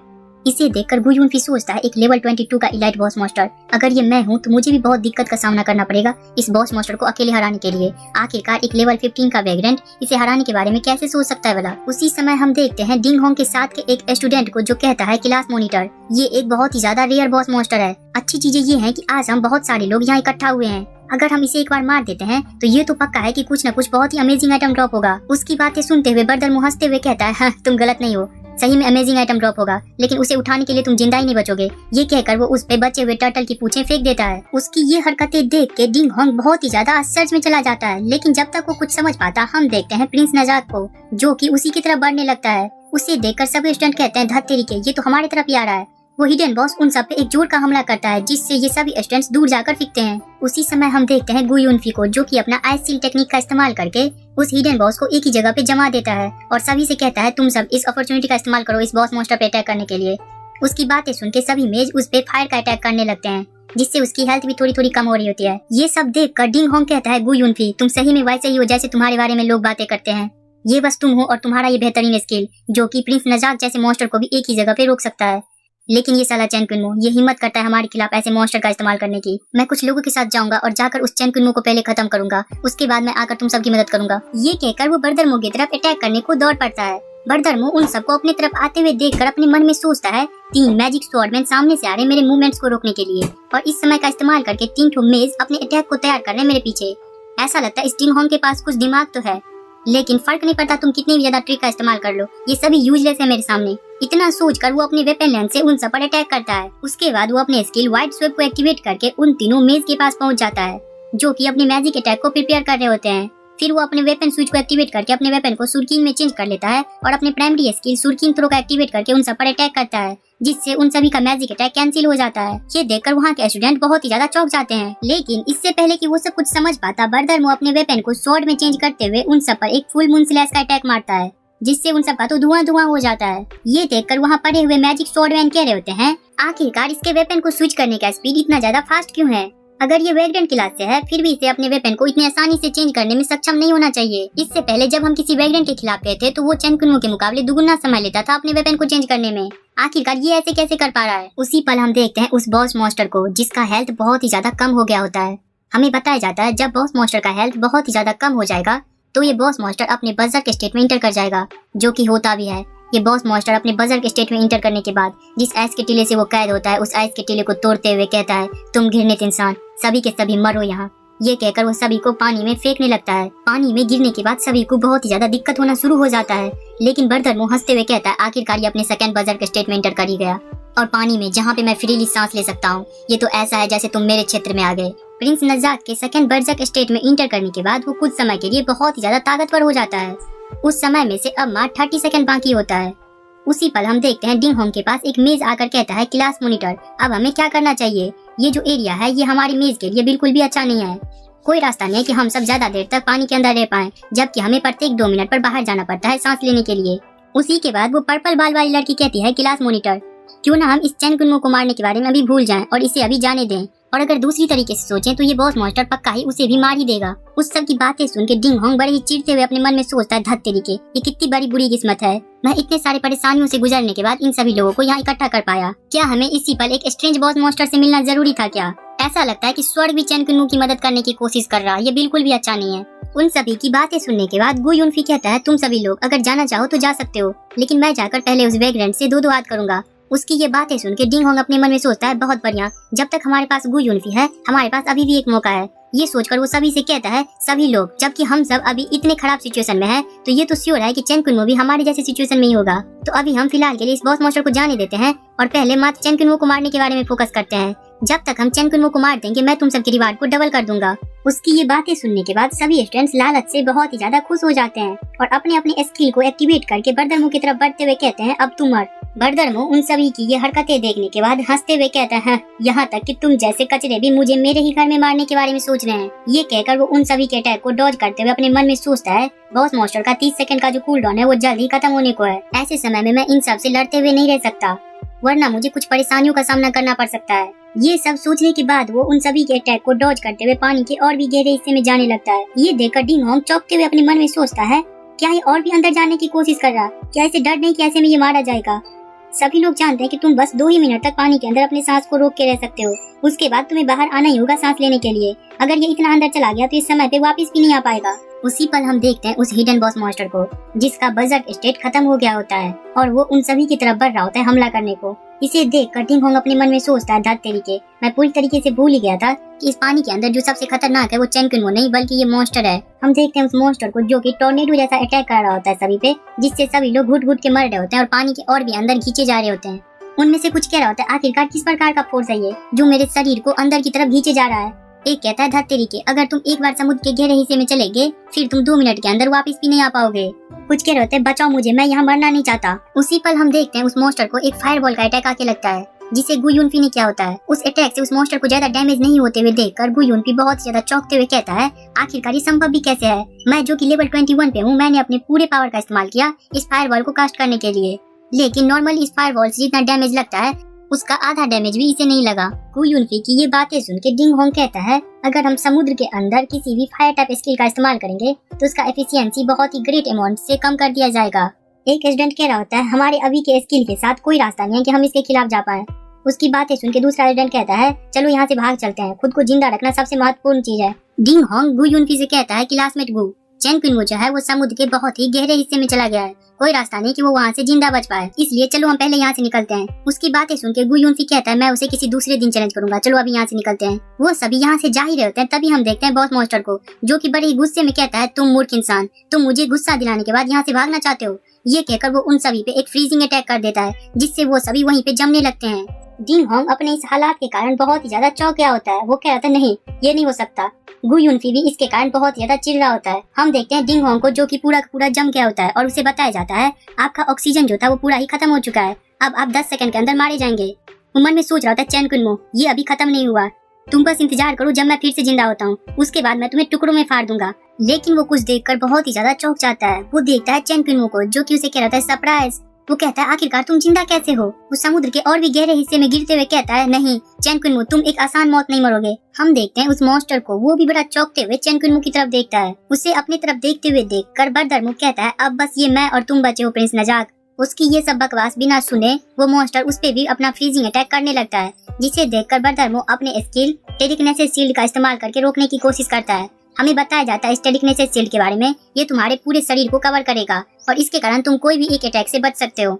उसके अटैक से बचने के बाद वो अपने मन में सोचता है, अगला जो मुझे करना है वो इसके और मेरे बीच के डिस्टेंस को कम करना है। इतना सोचकर वो अपने रिवार्ड में मिले हुए जूते को पहन लेता है। हमें बताया जाता है इस आइटम के बारे में, इसका लेवल 18 है। इसे पहनने के बाद तुम्हारा 5 से एजिलिटी इंक्रीज हो जाएगा और 5 से स्ट्रेंथ, और इसके कारण 2 मिनट तक तुम्हारा मूवमेंट स्पीड 200 गुना से बढ़ जाएगा। उसे पहनने के बाद वो तेजी से उसके तरफ बढ़ते हुए अपने हाथ में एक स्वॉर्ड को लाकर सोचता है, हालांकि मेरा लेवल 15 है, लेकिन जब मैं इन सब आइटम को पहनता हूँ जिससे 10 पॉइंट से मेरे एट्रीब्यूट इंक्रीज हो जाते हैं, जिसके कारण मैं लेवल 17 जितने ताकत को रिलीज कर सकता हूँ। और चूंकि मेरे स्पेल ब्लेंडर के कारण मेरा जितना भी एट्रीब्यूट है वो 1.5 गुना से बढ़ा दिया जाता है, इसके कारण मेरा जो ताकत है वो एक लेवल 25 के प्लेयर के बराबर है। और चूंकि प्रिंस नजाक अभी मेरे अटैक के अंदर है, तो चलो इस पे और थोड़ी बहुत अटैक करते हैं। इतना सोचकर वो उसके मुंह पे अपनी तलवार को गाड़ देता है, जिससे गुस्सा होकर प्रिंस नजाक कहता है, तू कीड़े जैसा इंसान, मैं तुझे मारने जा रहा हूँ। लेकिन वो कुछ कर पाता उससे पहले बर्दरमुख अपने स्किल वेपन स्विच को एक्टिवेट करता है और अपने हाथ में ग्लैटिंग गन को लाकर उस पे दाएं दाएं हमला शुरू कर देता है, जिससे उसे बहुत सारा क्रिटिकल हिट लग रहा होता है। थोड़ी देर बाद हम देखते हैं प्रिंस नजाक को, जिसका बहुत ही कम हेल्थ बचा होता है। उसे देखते हुए बर्दरमुख कहता है, बहुत ही अच्छा, अब जबकि तेरे पास मात्र 101 हेल्थ ही बचा है तो ये समय है इसे खत्म करने का। उसकी बातें सुन के प्रिंस नजाक बड़े ही गुस्से में कहता है, तू कमीने इंसान, मेरे से कुछ लेने के बारे में तू सोचना भी मत, मैं तुझे भी अपने साथ मारने जा रहा हूँ। उसकी बातें सुन के बर्दरमुख उसका शरीर फट जाता है और बर्दरमुख को सिस्टम के द्वारा बताया जाता है, कांग्रेचुलेशन आपको successfully hidden mission disappearing dark shadow को कंप्लीट करने के लिए। इसके द्वारा आपको 97,588 एक्सपीरियंस पॉइंट मिले हैं और आप लेवल 17 पे पहुंच चुके हैं। हम देखते हैं उसके मरने के बाद यहाँ एक गोल्ड चेस्ट अपीयर हुआ होता है। हम देखते हैं उस गोल्ड चेस्ट को देखकर बर्दरमुख बड़ा ही खुश होते हुए कहता है, आखिरकार ये मेरे हाथ लग ही गया। उसके बाद वो उस बॉक्स को पानी से बाहर निकाल कर खोलता है। उस बॉक्स को खोलते ही सिस्टम बताता है, कांग्रेचुलेशन हो आपको एक ईपी ग्रेड की एक्सेसरी टिडल चार्म प्राप्त करने के लिए। हम देखते हैं इस आइटम को, जो कि रिबन जैसा लग रहा होता है। हमें बताया जाता है इस आइटम के बारे में, इसका नाम टिडल चार्म है। इसका क्वालिटी ईपिक है। इसे पहनने के बाद 10 से आपका स्ट्रेंथ इंक्रीज हो जाएगा, 10 से आपका फिजिक इंक्रीज हो जाएगा और ये आइटम कभी खराब नहीं होगा। इस आइटम का लेवल 60 है। इस आइटम को पहनने के बाद आप एक स्किल को एक्टिवेट कर पाएंगे, जो कि है सूल शॉक। इस स्किल का इस्तेमाल आप जिसके खिलाफ करेंगे उसके खिलाफ आप एक शॉक वेव को रिलीज कर सकते हैं। उस शॉक वेव के कारण वो 4 सेकंड के लिए शून्य पर जाएगा और इसका कूल डाउन टाइम 2 मिनट का है। हमें बताया जाता है इस आइटम के बारे में, इस आइटम को पहनने के लिए जिस लेवल की रिक्वायरमेंट है वो कम नहीं है, लेकिन इससे इसका वैल्यू और भी ज्यादा हाई हो जाता है और जितना ज्यादा हाई इसका वैल्यू होगा उतना ही अच्छा इसका क्वालिटी होगा। तुम्हें किसी भी आइटम के फुल पावर को रिलीज करने के लिए उसके पूरे सेट को पहनना पड़ता है, लेकिन इस आइटम पे कोई भी रिस्ट्रिक्शन नहीं है। इस आइटम को पहनकर तुम इसके फुल पावर को रिलीज कर सकते हो। बर्दर बड़ा ही डिविल सा स्माइल देते हुए कहता है, अब जबकि मेरे पास टिडल चार्म है तो ये मेरा एक और ट्रम्प कार्ड होगा। सोल सॉक स्किल जो है वो सभी मॉन्स्टर और इंसानों पे वर्क करता है। फर्क नहीं पड़ता तुम्हारा लेवल कितना ज्यादा हाई है, इस स्किल पे कोई भी लेवल डिफरेंस और रिस्ट्रिक्शन काम नहीं करता। इसका मतलब ये हुआ कि जब मैं अपने से सेम लेवल के किसी एनिमी से फाइट करूंगा तो मैं उसके सामने इनविजिबल रहूंगा। यहाँ तक कि मैं अपने से 10 लेवल हायर एनिमी से भी टक्कर का मुकाबला कर सकता हूँ। उसके बाद हम देखते हैं जिनचेन सिटी के एजुकेशन ब्यूरो का सीन, जहाँ पे एक व्यक्ति कह रहा होता है, मैं जिनचेन सिटी के नंबर 1 हाई स्कूल के चेन कुनमो को इस साल का रिकमेंडेशन स्पॉट देने के लिए बिल्कुल भी सहमत नहीं हूँ। उसकी बातें सुन के स्टेज 3 का एक्सपर्ट ली तियान सीक्रेट के छल्ले उड़ाते हुए बड़ी एटीट्यूड में कहता है, उसने जिनचेन सिटी के हिस्टोरिकल रिकॉर्ड को तोड़ा। बस इतना ही नहीं, वो लेवल 14 पे पहुंच के एक अद्वितीय अचीवमेंट को प्राप्त करा। अगर उसे नहीं देना चाहिए तो किसे देना चाहिए? उसकी ये बातें सुन के वो व्यक्ति कहता है, हाँ मैं मानता हूँ उसका जो टैलेंट है वो गजब का है, लेकिन उसका कोई क्लास नहीं है। उसने एक वैग्रेंट का रास्ता चूज करा। प्रत्येक साल हमारे जिनचेन सिटी को मात्र 1 रिकमेंडेशन स्पॉट मिलता है, तो आखिरकार हम कैसे अफोर्ड कर सकते हैं इसे एक ऐसे स्टूडेंट को देना जिसका कोई फ्यूचर नहीं है? हमें इसके बारे में बताया जाता है, इसका नाम वैंग तियानफेंग है और ये भी एक स्टेज 3 का एक्सपर्ट है। ये बहुत ही ज्यादा गुस्से में आके टेबल पे हाथ मारते हुए कहता है, मैं वैंग तियानफेंग, मैं पूरा ही खिलाफ हूँ इस बात के, कोई रास्ता नहीं कि मैं इस बात पे राजी हो जाऊँ। उसका ये लहजा देख के वो धूम्रपान वाला व्यक्ति भी चिल्लाते हुए कहता है, आखिरकार कौन नहीं जानता तुम्हारे और एजुकेशन कमिश्नर लू के झगड़े के बारे में? क्या ये वाकई में जरूरी है अपने पर्सनल झगड़े को पब्लिक इंटरेस्ट के नाम पे दिखाने की? उन सभी के चपर चपर को सुनकर एक व्यक्ति क्लैपिंग करके उन सबको अपनी तरफ आकर्षित करता है और कहता है, इस समस्या का बहुत ही आसान सा समाधान है। दरअसल हम सब पहले राजी हुए थे इस रिकमेंडेशन स्पॉट को फेंगुआ हाई स्कूल के ली डायो को देने के लिए। वो स्टूडेंट एग्जामिनेशन के दौरान मात्र लेवल 12 पे ही नहीं पहुंचा, बल्कि उसने एक एस रैंक के बजर कास्टिंग टैलेंट को भी अवेक करा और उसके बाद उसने अपने प्रोफेशन को वारलॉक में चेंज कर लिया। इन सभी चीजों के साथ वो एक पीक स्टेज का अवेकनर कंसीडर किया जा सकता है, लेकिन ये बस चेन कुनमो के कारण है, जिसकी वजह से हम सब फिर से एक बार इकट्ठा हुए ये डिस्कशन करने के लिए कि आखिरकार हम इस रिकमेंडेशन स्पॉट को किसे दें। क्यों ना हम उन दोनों को लड़ने दें और जो जीतेगा वो अंत में रिकमेंडेशन स्पॉट को प्राप्त करेगा। ये कैसा लग रहा है? उसके बाद हम देखते हैं उसी दुकानदार को जिससे बर्दरमो ने बंसी और चारा खरीदा था। वो दुकानदार अपने थके हुए शरीर और खुश मन के साथ आकर कहता है, मिस्टर चैन, मैं आपका ही इंतजार कर रहा था। आपने जितने भी मछली पकड़े सभी को मैंने बेचने के लिए लगा दिए और इसका टोटल दाम 734 पॉइंट्स निकल के आया।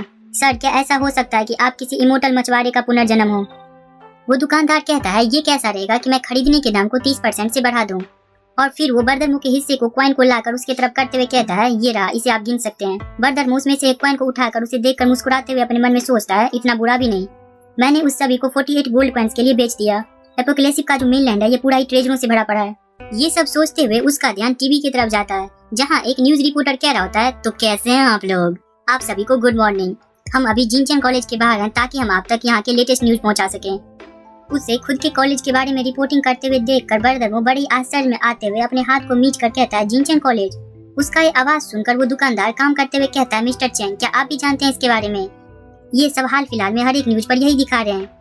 ये सब कह रहे हैं कि रिकमेंडेशन स्पॉट के लिए फाइट होगा और ये फाइट जिनचेन कॉलेज और फेंगहुआ कॉलेज के स्टूडेंट के बीच होगा, जो कि इन्होंने इंटर स्कूल कंपटीशन के रूप में सेट करा है। उसकी ये सब बातें सुन के बर्दरमो अपने मन में सोचता है, क्या recommendation spot, inter school competition? फिर वो थोड़े से गुस्से में कहता है, जब इतना महत्वपूर्ण कुछ चल रहा है तो अभी तक किसी ने मुझे क्यों नहीं बताया?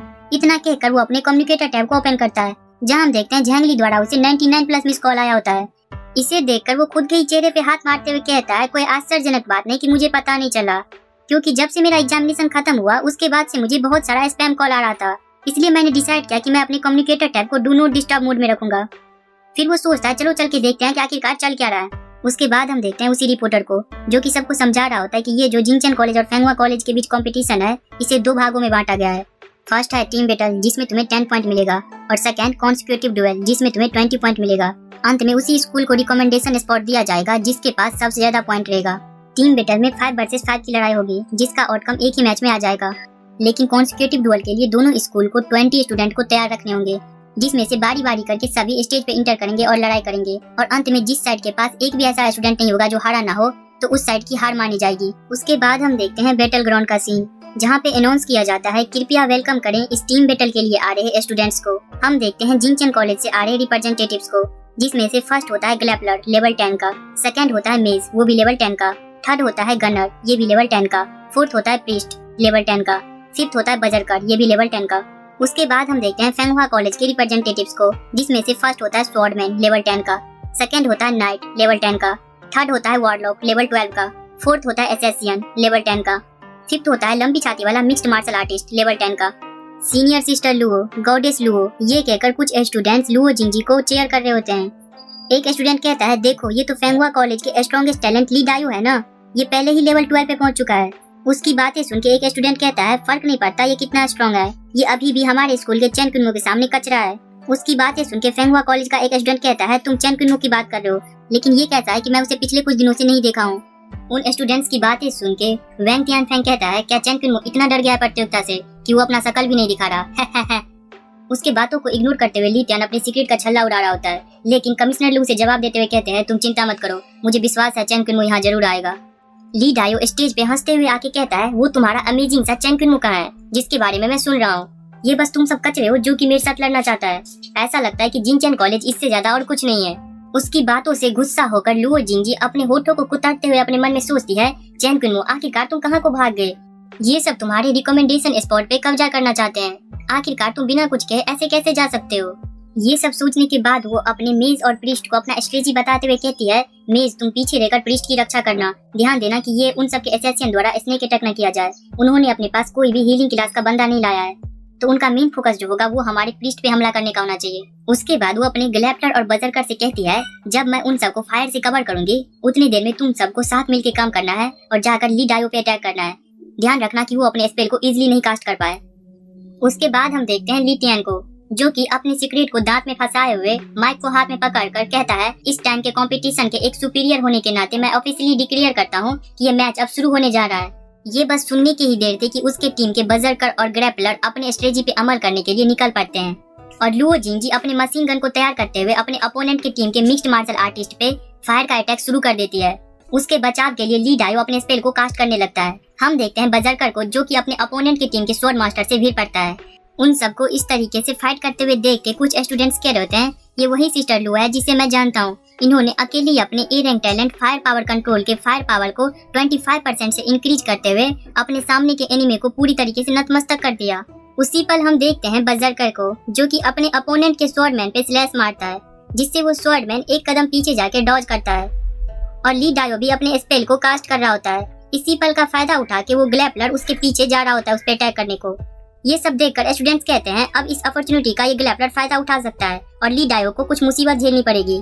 हम देखते हैं ली डायो को, जो कि उसे अपने पीछे आते हुए महसूस कर भी मुस्कुरा रहा होता है। जब तक उसका हमला उस पे आके लग पाता, उससे पहले ही उसके पास का नाइट आता है और अपने शील्ड से एक स्किल इंटरसेप्ट का इस्तेमाल करके उसके अटैक को ब्लॉक कर उसे दूर उड़ने को भेजता है। फिर हमें बताया जाता है इस स्किल इंटरसेप्ट के बारे में। इस स्किल के कारण तुम अपने किसी भी पास के एलाई को अपने शील्ड से प्रोटेक्ट कर सकते हो और अगर तुमने किसी भी अटैक को इस शील्ड से परफेक्टली रोक लिया, फिर तुम अपने अपोनेंट को उड़ते हुए भेज सकते हो। उसी समय हम देखते हैं ली डायो के टीम के एसेसियन को, जो कि अपना स्किल इनविजिबिलिटी का इस्तेमाल करके वहाँ से गायब हो जाता है। उसे इस तरीके से गायब होते हुए देखकर लुओ जिंजी बहुत ही ज्यादा चौकन्ना हो जाती है। वो सभी से कहती है, सभी लोग सावधान हो जाओ, दुश्मन की टीम का जो एसेसियन है वो हम पे छुपकर हमला करने के बारे में सोच रहा है। ध्यान रखना कि प्रीस्ट को कुछ न हो। लेकिन उससे पहले कि उसकी बातें खत्म हो पाती, वो प्रीस्ट डरते हुए कहता है, सीनियर सिस्टर अपने पीछे देखो, पीछे तो देखो। लेकिन उससे पहले कि वो पीछे भी देख पाती, वो एसेसियन अपने तलवार को उसके पीठ में भोंक देता है, जिससे वो बहुत ही ज्यादा चौंक जाती है और पीछे घूमकर देखती है और उस पे एक जोर से किक मारकर उसे दूर फेंक देती है। और वो अपने घुटने पे बैठकर एक हाथ से अपने पीठ को पकड़कर दूसरे हाथ से अपने मुंह पे लगे हुए खून को पोंछते हुए पूछती है, आखिरकार टारगेट प्रीस्ट की जगह मैं क्यों थी?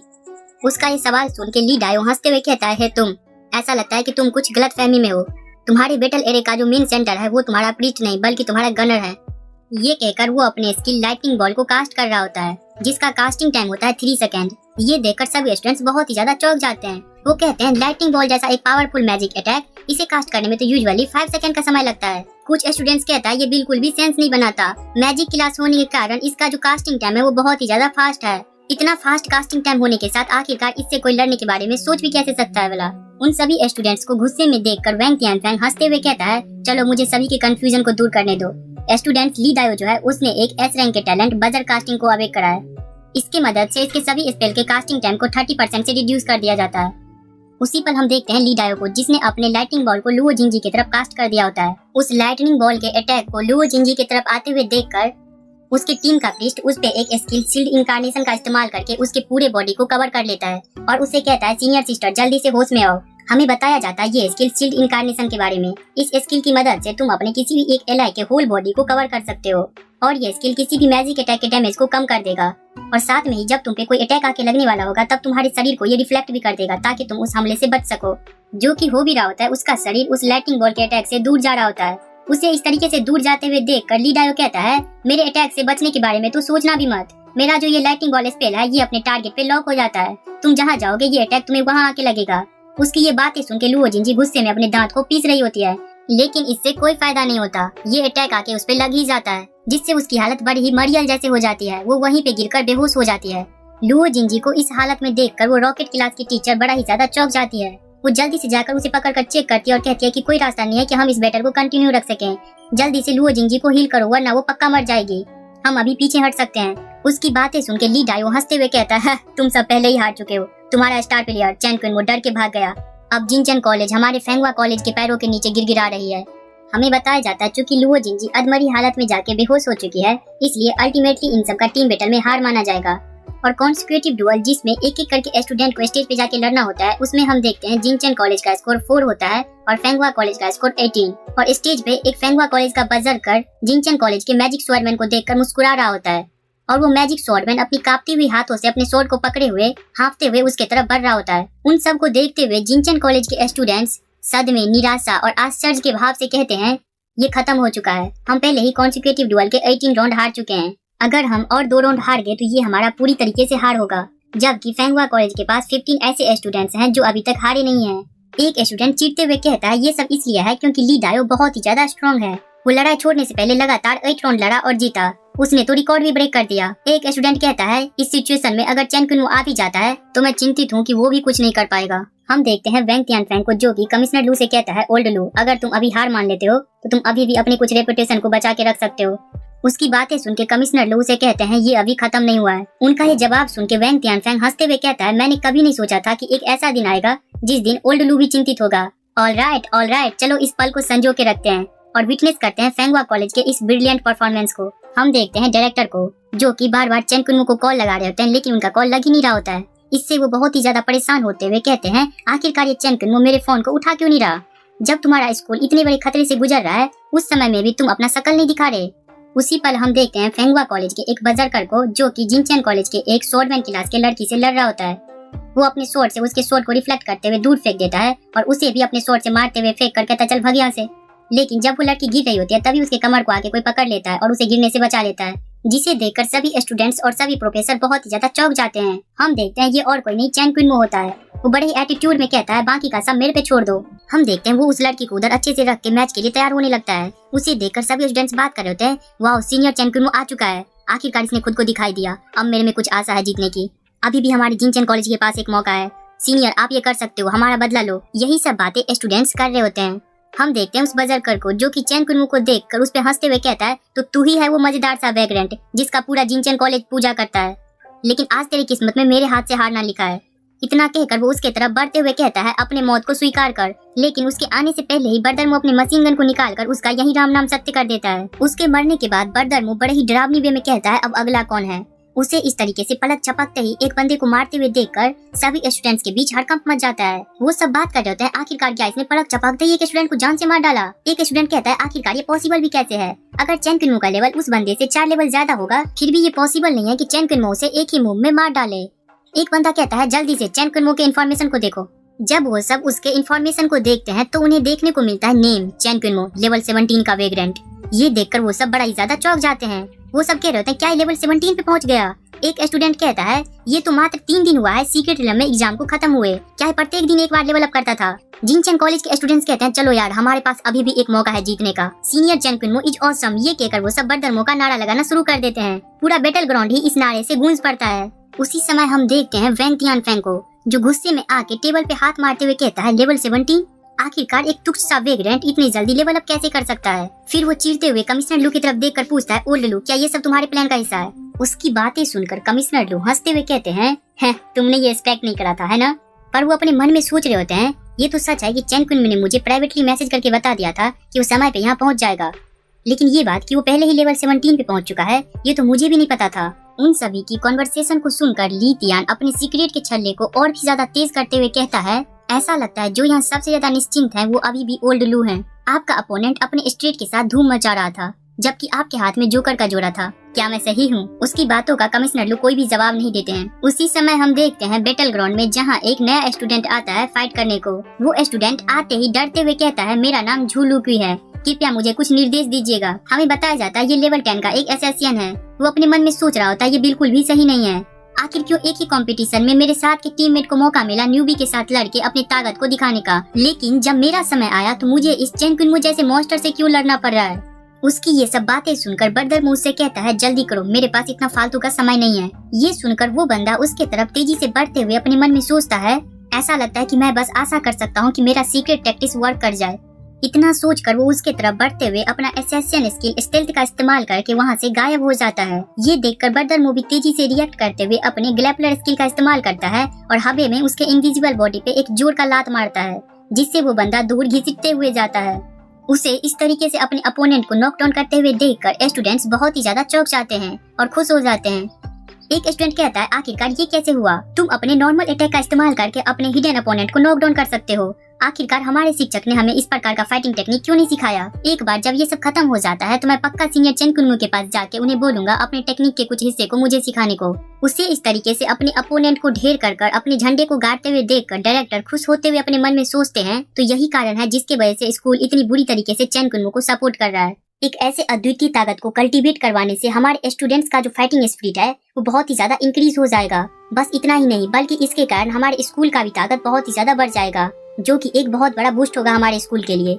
उसके बाद हम देखते हैं 10 मिनट बाद का सीन, जहाँ पे हमें दिखाया जाता है कॉन्सिक्यूटिव डुअल के स्कोर, जिसमें जिंगचन कॉलेज के स्कोर होते हैं 19 और फेंगहुआ कॉलेज के भी स्कोर होते हैं 19। ये देखकर एक स्टूडेंट दौड़ते हुए जाकर एक दरवाजे को खोलता है और कहता है, सीनियर कुछ बुरा हुआ है। उसकी बातें सुन के ली डायो उसके तरफ देखते हुए गुस्से से कहता है, क्या तुम देख नहीं सकते मैं यहाँ आराम कर रहा हूँ? आखिरकार इतना क्या महत्वपूर्ण हो गया जिसकी वजह से तुम इतना हल्ला मचा रहे हो? उसे जवाब देते हुए वो स्टूडेंट कहता है, सीनियर लास्ट मोमेंट पे चेन कुनमो ने खुद को दिखाया। बस इतना ही नहीं, बल्कि मात्र 15 मिनट में आपके द्वारा लगातार 8 बार जीतने का जो रिकॉर्ड था वो उस तक भी पहुँच गया और अभी लगभग हमारे सभी स्टूडेंट्स उसके हाथ से हार चुके हैं। उसकी बातें सुन के ली डायो बड़े ही ज्यादा चौंक कर गुस्सा करते हुए कहता है, क्या ये पॉसिबल नहीं हो सकता? उसके बाद हम देखते हैं बैटल ग्राउंड का सीन, जहाँ पे सभी स्टूडेंट्स चेन कुनमो को देख के बात कर रहे होते हैं, ये तो पूरा ही अनबिलीवेबल है। मैं अपने पूरे जीवन में कभी भी विश्वास नहीं कर सकता कि मैं एक 1 वर्सेस 15 जैसा एक मिरेकल लड़ाई देख पाया। कुछ स्टूडेंट्स कह रहे होते हैं, अब टेबल पूरा ही बदल चुका है, अब पूरा का पूरा प्रेशर फेंगहुआ स्कूल के स्टूडेंट्स पे है। जब तक चेन कुनमो इस लास्ट बंदे को फिनिश कर देता है तब तक वो एबल होगा अपना अनइमेजिनेबल कमबैक करने को। वो स्टूडेंट अपने कांपते हुए शरीर के साथ अपने मन में सोचता है,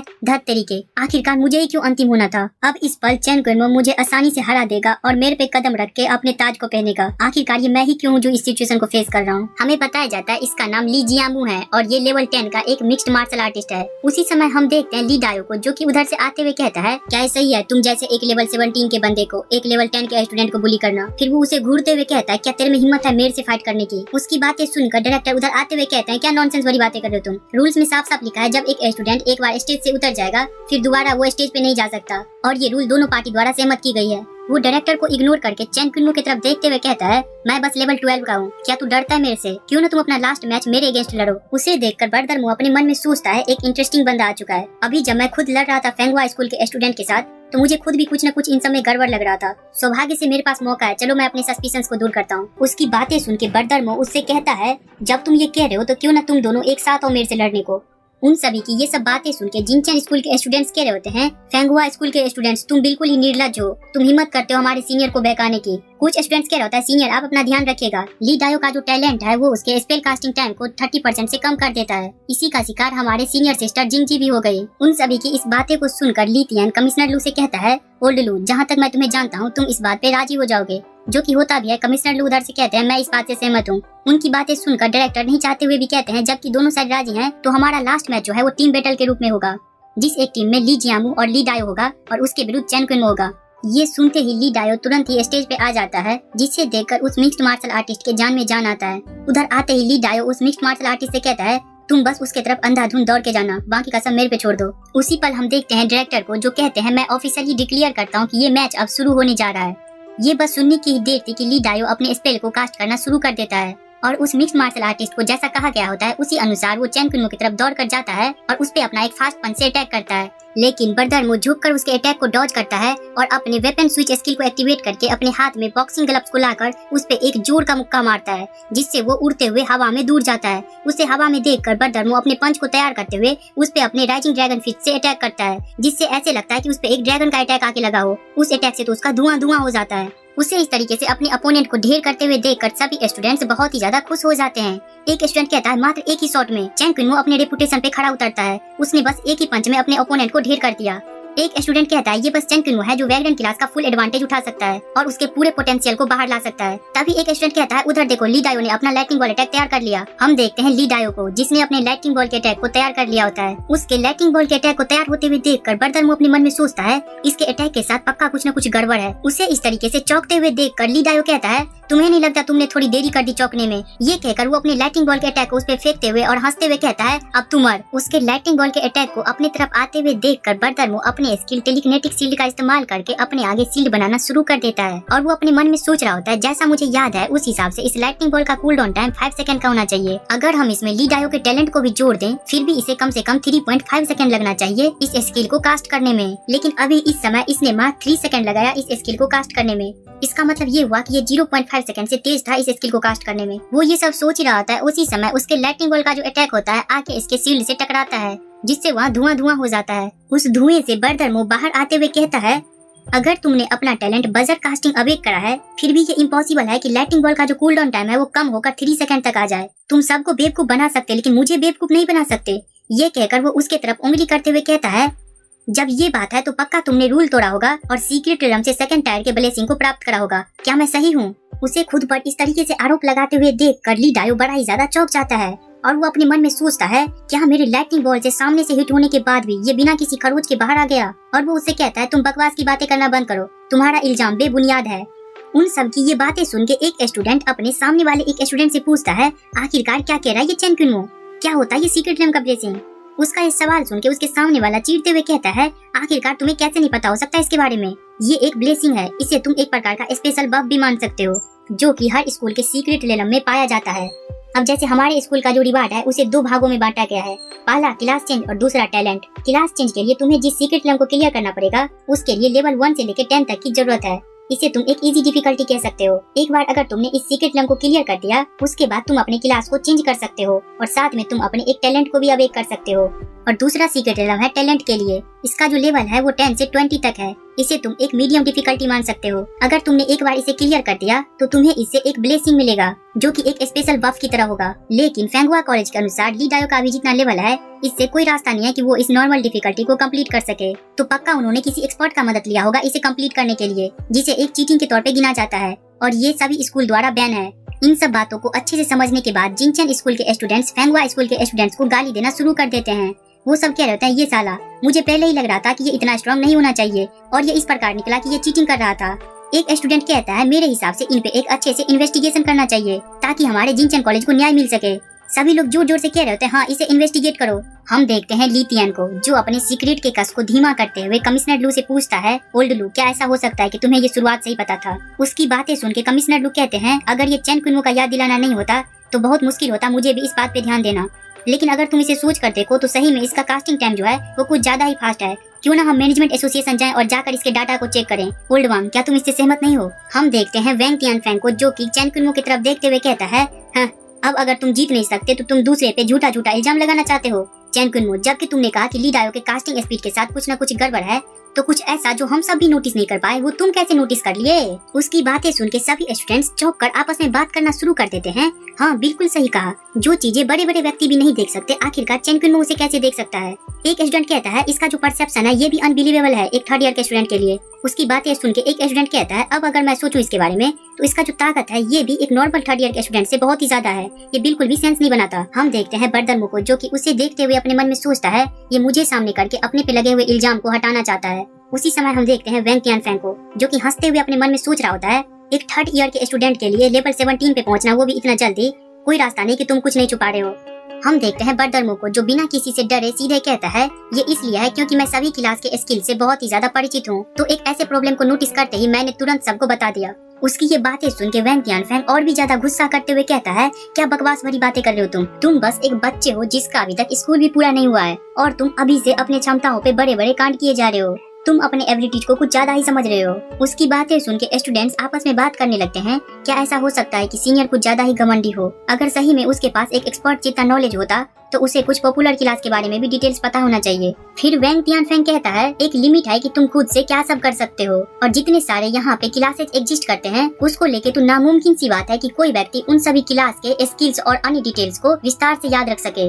अगर तुम निर्लजतापूर्ण ये कहने की हिम्मत करते हो कि तुम्हें प्रत्येक क्लास के स्किल्स के बारे में पता है तो चलो मुझे तुम्हें एक टेस्ट लेने दो, लेकिन अगर तुमने एक भी गलत जवाब दिया तो मेरे से कोई उम्मीद मत रखना कि मैं तुम्हें जाने दूंगा। ये कहकर वो उससे पूछता है, तो चलो मुझे बताओ क्या होगा अगर कोई इनफाइटर के स्किल व्हील ड्राइव को इस्तेमाल करेगा तो? उसकी बातें सुन के एक स्टूडेंट कहता है, इनफाइटर? क्या ये कुछ ज्यादा ही स्पष्ट नहीं है? जिस पे उसके बगल वाला स्टूडेंट कहता है, ये खत्म हो चुका है। 3 कचरे क्लास में से ये भी एक क्लास आता है, जिस कारण से कोई भी स्टूडेंट इसे अपने क्लास के रूप में नहीं चुनता, इसलिए कोई भी स्कूल इसके बारे में कुछ नहीं पढ़ाता। कोई रास्ता नहीं कि चैन कुनमो को इसके बारे में कुछ भी पता होगा। वैंग तियानफेंग बर्दनमू की तरफ देखते हुए अपने बत्ती सी दिखाकर अपने मन में सोचता है, चलो मैं देखता हूँ अब कैसे तुम अपने घमंड को जारी रख सकते हो। जब मैं युवा था उस समय अगर मैं एक ताकतवर इनफाइटर से नहीं मिला होता तो कोई रास्ता नहीं कि मैं भी इस क्लास के बारे में कुछ भी जानता होता। लेकिन बर्दनमू उसके विचारों पे मूतते हुए उसे कहता है, व्हील ड्राइव जो है वो इनफाइटर के बेसिक स्किल में से एक है। इसमें तुम अपने स्वॉर्ड को जमीन में गाड़ कर अपने आसपास के एनिमी को 0.8 सेकंड के लिए जमा सकते हो और साथ में ही इससे तुम्हारा खुद का स्पीड 20% से इंक्रीज हो जाएगा, तुम्हारा अटैक स्पीड 10% से इंक्रीज हो जाएगा, तुम्हारा जंपिंग का जो पावर है वो 50% से इंक्रीज हो जाएगा और ये सब मात्र 10 सेकंड के लिए रहेगा। बर्दनमू की ये सब बातें सुनकर वैंग तियानफेंग का तो मानो आत्मा ही उसके शरीर को छोड़कर चला जाता है। वो अपने मन में सोचता है, क्या मैं सही सुन रहा हूँ? क्या तुम मुझे ये कहना चाहते हो कि तुम्हें इस कचरे क्लास के बारे में भी इतना विस्तार से पता है? बर्दनमू को इस तरीके से जवाब देते हुए देखकर एक स्टूडेंट अपने बगल के स्टूडेंट से पूछता है, क्या चैन कुनमो ने सही कहा? उसकी बातें सुन के उसके बगल वाली लड़की कहती है, बिल्कुल सही कहा। एक बार कमिश्नर वैंग के चेहरे की तरफ तो देखो, ऐसा लगता है कि उन्हें किसी ने एक कटोरा गूं खिला दिया। ये देखना बहुत ही ज्यादा आनंददायक है। उसकी ये बातें सुन के वो स्टूडेंट कहता है, सच में यार चैन कुनमो तो एक अलग ही लेवल पे है, जहाँ हम जैसे मामूली इंसान पहुँचने के बारे में सपना भी नहीं देख सकते। उसी समय हम देखते हैं बैटल ग्राउंड में, जहाँ ली डायो कहता है, यहाँ तक कि एक अंधी बिल्ली को भी कभी कभी एक मरा हुआ चूहा मिल जाता है, इसे तुम अपने सौभाग्य के रूप में लो। और जबकि तुम ये कहने का दावा करते हो कि तुम्हें पता है मेरे वारलॉक क्लास के बारे में, तो चलो मैं भी तुमसे एक सवाल पूछता हूँ, क्या तुम मुझे बता सकता है कौन सा हिडन ट्रेट वारलॉक क्लास से बिलोंग करता है? उसे इस प्रकार के सवाल को पूछते हुए देखकर सभी स्टूडेंट्स उस पे बहुत ही ज्यादा गुस्सा हो जाते हैं। वो सब कह रहे होते हैं, एक स्किल के इफेक्ट के बारे में पूछना ये पहले से ही बहुत ज्यादा था, लेकिन अब तो ये एक स्किल के हिडन ट्रेट के बारे में पूछ रहा है, ये तो कुछ ज्यादा ही हो गया। सभी स्टूडेंट्स उसे गाली देते हुए कह रहे होते हैं, ये कुछ ज्यादा ही पर्सनल क्वेश्चन पूछ रहा है। जब तक किसी के पास वही क्लास नहीं होगा तब तक भला कोई कैसे जानेगा इसके बारे में? एक स्टूडेंट अपने जीभ को निकालते हुए उसके तरफ देखकर कहता है, तू कुछ ज्यादा ही निर्लज्ज है। लेकिन हम देखते हैं बर्दनमू को, जो उसे जवाब देते हुए कहता है, तेरा जो हिडन ट्रेट है वारलॉक क्लास का, वो स्पेल में बफ को ऐड करना है। जब तुम एक बार इनकार्नेशन के बारे में सीखते हो तब, और इनकार्नेशन को 5 एलिमेंट में बांटा गया है, metal, would, water, fire and earth, जो कि 5 प्रॉपर्टी दर्शाते हैं नेचर के। इन सभी का अपना अलग अलग इफेक्ट है। कारण कि तुम्हारे लाइटनिंग बॉल का पावर बहुत ही ज्यादा स्ट्रॉन्ग था, ये इसलिए था क्योंकि तुमने मेटल एट्रीब्यूट के इनकार्नेशन को बफ के रूप में इस्तेमाल किया। और जब तुम स्टेज 2 का स्पेल कास्टर बन जाओगे तब तुम्हारे लिए लिविंग बीइंग के स्पिरिट को एब्जॉर्ब करना तो बच्चों का खेल होगा। उसे अपने स्किल के बारे में इतने विस्तार से बताते हुए देखकर ली डायो का तो मानो लेटरिंग ही बाहर आ जाता है। वो बड़े ही कांपते हुए स्वर में उसे कहता है, तुम आखिर कैसे जानते हो ये सब? और चूंकि इसका लेटरिंग पहले ही बाहर आ चुका है, इसलिए अब इसे अपना पैर भारी महसूस होने लगता है, जिस कारण से ये स्टेज से आंधे मुंह गिर पड़ता है। और गिरते हुए ये कह रहा होता है, आखिरकार ये कैसे पॉसिबल हो सकता है? उसी समय हम देखते हैं ली तियान को, जो कहता है, क्या ही दुर्भाग्य की बात है, एक इतना अच्छा टैलेंट अंधेरे के रास्ते में गिर पड़ा। आज की सभा यहीं पे समाप्त होती है और मुझे लगता है ये समय है अब रिजल्ट को अनाउंस करने का। कमिश्नर वैंग, तुम क्या सोचते हो इस बारे में? कमिश्नर वैंग का तो मानो दुनिया ही हिल गया होता है। वो कहता है, ठीक है, मैं अपने हार को स्वीकार करता हूँ। वो अपने गर्दन को नीचे किए हुए कहता है कि मैं बस एक ही अनुरोध करना चाहूंगा कि फेंगहुआ कॉलेज को ज्यादा पनिशमेंट नहीं देना। ये पूरा का पूरा सिचुएशन इसलिए हुआ क्योंकि मैं अपने नफरत में अंधा हो चुका था। इसमें फेंगहुआ कॉलेज का कोई भी हाथ नहीं है। उसी समय हम देखते हैं ली तियान को, जो कहता है, मैं एक एजुकेशन ब्यूरो के रिप्रेजेंटेटिव होने के नाते ये ऑफिशियली डिक्लेयर करने जा रहा हूँ कि फेंगहुआ कॉलेज अब डिस्क्वालीफाई किया जाता है और इस सब के बाद वो एक इन्वेस्टिगेशन से भी गुजरेगा। और इस समय के इंटर स्कूल कंपटीशन का जो विनर है वो जिंगचन कॉलेज है। ये बस सुनने की ही देर थी कि जिंगचन कॉलेज के स्टूडेंट्स नारा लगाने लगते हैं कि हाँ, हम सब चैंपियन है, चैन कुनमो इनविजिबल है, चैंपियन चैंपियन। ये कह कहकर सब नारा लगा रहे होते हैं। उसी समय कमिश्नर लू स्टेज पे आते हैं और कहते हैं अब जिंगचन कॉलेज ऑफिशियली डिक्लेयर कर सकता है कि जिंगचन सिटी के टॉप 10 यूनिवर्सिटी को जो एक रिकमेंडेशन स्पॉट दिया जाता है वो इस साल स्टूडेंट चेन कुनमो को अवार्ड के रूप में दिया जा रहा है। उसी समय हम देखते हैं चेन कुनमो को जो कमिश्नर लू से कहता है, कमिश्नर लू आप जो मुझे और रिवार्ड देने वाले हैं उस एक हिस्से के बदले मैं ये जानना चाहता हूँ कि टॉप 10 यूनिवर्सिटी के पास कौन कौन सा सीक्रेट रेलम है। उसके बाद हम देखते हैं चेन कुनमो को जो हेडमास्टर के ऑफिस में कमिश्नर लू और ली तियान के सामने बैठकर उन सभी इंफॉर्मेशन को देख रहा होता है। वो उन्हें देखते हुए अपने मन में सोचता है आखिरकार इन सभी टॉप 10 यूनिवर्सिटी में कोई भी फर्स्ट क्लास का डंजन क्यों नहीं है जो मुझे चाहिए। लेकिन जब वो पन्ना पलट रहा होता है उसी बीच वो कुछ देखकर बड़ा ही ज्यादा चौंक जाता है। वो अपने मन में सोचता है क्या सेंसु यूनिवर्सिटी। फिर वो उन सब से पूछता है ये सेंसु यूनिवर्सिटी के पास तो कुछ ज्यादा ही सीक्रेट रेलम है लेकिन फिर भी ये टॉप 10 यूनिवर्सिटी की सूची में क्यों नहीं आता। उसकी बातें सुनकर ली तियान अपने चाय के कप को टेबल पर रखकर आहें भरते हुए कहता है इस स्कूल का अपना एक लंबा इतिहास रहा है। 50 साल पहले सेन्यू यूनिवर्सिटी के पास बहुत सारे सीक्रेट रेलम हुआ करते थे और साथ में ही उनका स्टूडेंट्स भी बहुत ही ज्यादा ताकतवर हुआ करते थे। उस समय पे ये एक नंबर 1 यूनिवर्सिटी था। लेकिन बहुत ही दुख की बात है समय के बीतने के साथ साथ बहुत सारे स्कूल्स और सीक्रेट रेलम अपीयर होना शुरू हो गए जिस कारण से इन सब का सभी पे नियंत्रण रखना बहुत ही ज्यादा मुश्किल हो रहा था। उसके वजह से इन सब का जो स्टूडेंट्स था वो लगातार सीक्रेट रेलम से ब्लेसिंग को प्राप्त करना शुरू कर दिए। लेकिन किसी अननोन रीजन की वजह से सेन्यू यूनिवर्सिटी का जो सीक्रेट रेलम था उन सभी का डिफिकल्टी बहुत ही ज्यादा हाई हो गया। जो भी स्टूडेंट्स उसे हाई डिफिकल्टी पे कंप्लीट करना चाहता था उन्हें बहुत ही ज्यादा मुसीबतों से गुजरना पड़ा। समय के बीतने के साथ साथ सभी लोग इसे गिव अप कर दिए जिसके कारण इसका ताकत बहुत ही ज्यादा नीचे गिर गया। उनकी ये सब बातें सुनने के बाद चेन कुनमो उस स्कूल के डंजन को देखते हुए अपने मन में सोचता है इस स्कूल के पास बहुत सारा ऐसा डंजन है जो कि मुझे चाहिए। अब जबकि वो सब बहुत ही ज्यादा सख्त हैं लेकिन ये महत्वपूर्ण नहीं है। ये सोचकर वो उस किताब को बंद कर खुश होते हुए कहता है तब मैं अपने रिकमेंडेशन स्पॉट को स्कूल को वापस लौटाना चाहूंगा और मैं चाहता हूँ कि मैं पार्टिसिपेट करूँ यूनिवर्सिटी एंट्रेंस एग्जामिनेशन में और उस स्कूल को चुन सकूँ जिसे मैं एडमायर करता हूँ। चेन कुनमो की ये बातें सुन के ली तियान बहुत ही ज्यादा हड़बड़ाते हुए कहता है चेन कुनमो तुम इसे अच्छे से सोचो, ये पूरे जीवन में मात्र एक बार आने वाला अपॉर्चुनिटी है। अगर तुमने इसे अभी गवा दिया तो फिर भविष्य में पछताने का कोई फायदा नहीं होगा। उसी समय हम देखते हैं कमिश्नर लो को जो ली तियान के कंधे पे हाथ रखते हुए कहते हैं ओल्ड ली कोई जरूरत नहीं है जोर जबरदस्ती करने की। उसके बाद वो चेन कुनमो से कहते हैं जबकि तुमने पहले ही अपना डिसीजन बना लिया है तो जरूर तुम्हारे अपने कोई कारण होंगे और स्कूल तुम्हारे डिसीजन की रिस्पेक्ट करता है। लेकिन हम ये भी नहीं चाहते हैं कि तुम्हें इसमें कोई नुकसान हो, इसलिए अगर कुछ ऐसा है जो तुम चाहते हो तो तुम अभी मांग कर सकते हो। उनकी बातें सुन के चेन कुनमो अपना एक लिस्ट उनके तरफ बढ़ाते हुए कहता है मैं बहुत ही आभारी हूँगा अगर स्कूल मुझे ये सब मटेरियल देता है तो। उसकी बातें सुन के कमिश्नर लोग उसके लिस्ट की तरफ अपने हाथ को बढ़ाते हुए कहते हैं लो मेरे पे छोड़ दो ये सब। लेकिन जब वो उस लिस्ट को देखते हैं तो मानो उन्हें 440 वोल्ट का झटका लगता है। वो उस लिस्ट को देखकर उससे कहते हैं तुम मुझे अंधाधुंध लूटने के बारे में सोच रहे हो। उसी समय हम देखते हैं किसी दूसरी जगह पे जहाँ पे एक व्यक्ति टैब में किसी इंफॉर्मेशन को ढूंढ रहा होता है। फिर वो कहता है चीफ वू हमें वो मिल गया, हमने नोविस रेलम के बीच के एरिया के सभी डाटा को डाउनलोड कर लिया, इसमें चेन कुनमो का भी इंफॉर्मेशन होना चाहिए, कृपया एक नजर डालें। उसकी बातें सुन के चीफ वू कहते हैं बड़ा अच्छा काम करा तुमने, लो इधर। ये कहकर वो उससे टैब लेकर उसमें चेन कुनमो का इंफॉर्मेशन ढूंढने लगते हैं। वो स्क्रॉल करते हुए अपने मन में सोचते हैं मैं आश्चर्य हूँ आखिरकार कौन सा यूनिवर्सिटी है जिससे एक ऐसा जीनियस निकल के आया है। उसी समय हम देखते हैं चेन कुनमो का इंफॉर्मेशन आ जाता है जहाँ लिखा होता है नाम Chen Kunmo, gender male, level 17, school Jingchan college, third year का क्लास 2 का student, class vagrant, combat power 12,448। ये सब देखकर वो कहता है क्या जिंगचन कॉलेज, थर्ड ईयर का स्टूडेंट, आखिरकार ये कैसे पॉसिबल हो सकता है। बस इतना ही नहीं, इस बच्चे का जो कॉम्बैट पावर है वो भी लगभग 12,000 को पार कर गया है। चीफ वू की बातें सुन के उनके पास का खड़ा सेक्रेटरी चौंकते हुए कहता है कोई आश्चर्य की बात नहीं कि जब ये लेवल 15 पे था तभी इसने एक लेवल 22 के रेयर बॉस को मार डाला और साथ में ही मैनेज कर लिया डिंग होंग और उसके साथ के 21 लोगों के साथ लड़ना। क्या ही मॉन्स्टर है। उसकी बातों को सुनकर चीफ वू हंसते हुए कहते हैं कोई शंका की बात नहीं कि ये बच्चा एक दिन दुनिया के शिखर पे पहुंचेगा और जैसा अभी हमारी सा सिटी का हालात है हमें जरूरत है ऐसे टॉप जीनियस की ताकि हमें कोई डिस्ट्रॉय ना कर सके। उसी पल हम देखते हैं सेक्रेटरी को जो टैब की तरफ उंगली करते हुए कहता है चीफ वू जरा इधर देखिए, जहाँ हम देखते हैं एक व्यक्ति के डाटा को जिसके हर इंफॉर्मेशन पे क्वेश्चन मार्क लगा होता है। उससे देख के चीफ वू कहते हैं ये आखिरकार कैसे हो सकता है। कोई ऐसा व्यक्ति है जिसका कॉम्बैट पावर भी अननोन है। हे भगवान, क्या ही कोई और दूसरा एक्सपर्ट हो सकता है। फिर वो चौंकते हुए कहता है लेकिन आखिरकार इतना बड़ा व्यक्ति चेन कुनमो के साथ क्यों था।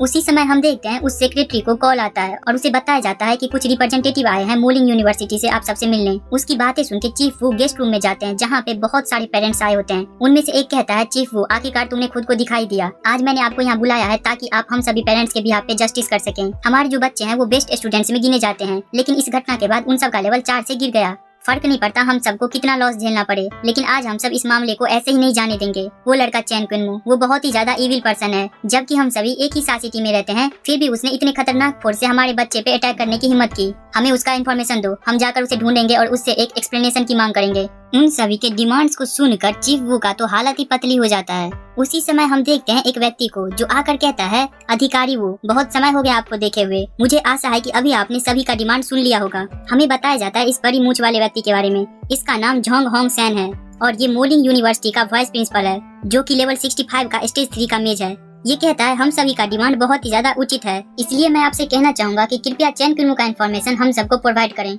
उसकी बातें सुन के चीफ वू कहते हैं, वाइस प्रिंसिपल जोंग, मुझे लगता है आपको इस मामले में फिर से सोचना चाहिए, क्योंकि जहाँ तक मैं अवगत हूँ इसमें सिर्फ चैन कुनमो का ही गलती नहीं है, बल्कि इस घटने का जो मेन जड़ है वो आपके स्कूल का स्टूडेंट ही है, जिसने चैन कुनमो को उकसाया। और साथ में ही मैं किसी के पर्सनल इन्फॉर्मेशन को किसी को ऐसे ही नहीं दे सकता, और खास करके जब इसमें किसी की प्राइवेसी की बात हो तब तो बिल्कुल भी नहीं। उसकी बातें सुन के ये वाइस प्रिंसिपल अपने रेड ऑरा को निकालते हुए कहता है, और क्या हो अगर हमारे मोलिंग यूनिवर्सिटी इस मामले की तहकीकात करना चाहे तो। उससे इस तरीके से अपने ऑरा को बाहर निकालते हुए देखकर चीफ वू भी अपने ऑरा को बाहर निकालते हुए उसके तरफ गुस्से से देखते हुए अपने मन में सोचते हैं, चैन कुनमो के पास बहुत ही ज्यादा पोटेंशियल है आगे बढ़ने का। ये एक बहुत ही अच्छा मौका हो सकता है, जो कि हमारे सार स्टेट के लिए एक आशा होगा। कोई रास्ता नहीं कि मैं उसके भविष्य को इन सब के हाथों से खत्म होने दूंगा। ये सोचकर वो उससे कहता है, और क्या हो अगर मैं उसे बचाना चाहूँ तो। उन सभी को इस तरीके से फाइट के लिए तैयार होते हुए देखकर यहाँ पे आए हुए सभी पेरेंट्स की तो हालत ही पतली हो जाती है। लेकिन हम देखते हैं उस बड़ी मूंछ वाले व्यक्ति को, जो जोर जोर से हंसते हुए कहता है, मैं पहले से ही जानता था कि तुम ऐसे ही कुछ करोगे, इसलिए मैं यहाँ आने से पहले ही अपने मोलिंग यूनिवर्सिटी के नाम का इस्तेमाल करके हेड ऑफिस से मदद के लिए पूछा। थोड़ी ही देर की बात है जब हम लोगों को चैन कुनमो का इन्फॉर्मेशन मिल जाएगा। उसकी ये बातें सुन के चीफ वू को बड़ा ही ज्यादा गुस्सा आ रहा होता है। वो अपने मन में सोचते हैं, ये चालाक बुढ़ा, ये मुझ तक आने से पहले ही हेड ऑफिस से मदद के लिए पूछा। ये बच्चा चैन कुनमो, मैं इसका इतना ही मदद कर सकता था, अब बाकी का सब उस पे है। उसी समय हम देखते हैं हेड ऑफिस से भी जवाब आने लगता है, जिसे देखकर सभी पेरेंट्स कह रहे होते हैं, ये आ रहा है, ये आ रहा है। वो सब आपस में बात कर रहे होते हैं। वाइस प्रिंसिपल जोंग की जो ताकत है वो टॉप 5 एक्सपर्ट्स में आता है, तो ये तो स्वाभाविक सी बात है कि हेड ऑफिस को भी इन्हें रिस्पेक्ट देना होगा। और जब ऐसा एक व्यक्ति खुद से किसी न किसी प्रकार का रिक्वेस्ट करेंगे तो कोई रास्ता नहीं कि वो सब मना कर पाए। लेकिन हम देखते हैं इनके रिक्वेस्ट को रिजेक्ट कर दिया जाता है। ये देखकर तो उन सब महिलाओं का मानो मुंह ही फट जाता है। वो सब कहते हैं, क्या रिजेक्टेड? आखिरकार ये कैसे पॉसिबल है? वाइस प्रिंसिपल चौंकते हुए अपने मन में सोचते हैं, यहाँ तक कि मेरे पर्सनल रिक्वेस्ट को भी रिजेक्ट कर दिया गया। ये बच्चा, इसके पीछे का जो ताकत है ये कुछ ऐसा नहीं है जिससे मैं उलझ सकता हूँ। इन सब चीजों को देखकर चीफ वू अपने मन में सोचते हैं, क्या ऐसा हो सकता है जिस व्यक्ति के हम इन्फॉर्मेशन को नहीं देख सकते थे वही इन सब से रिलेटेड हो? क्या वो व्यक्ति हमारे मैनेजमेंट एसोसिएशन में कोई बड़ा व्यक्ति है? फिर वो अपने मन में हंसते हुए सोचता है, हाँ ये बच्चा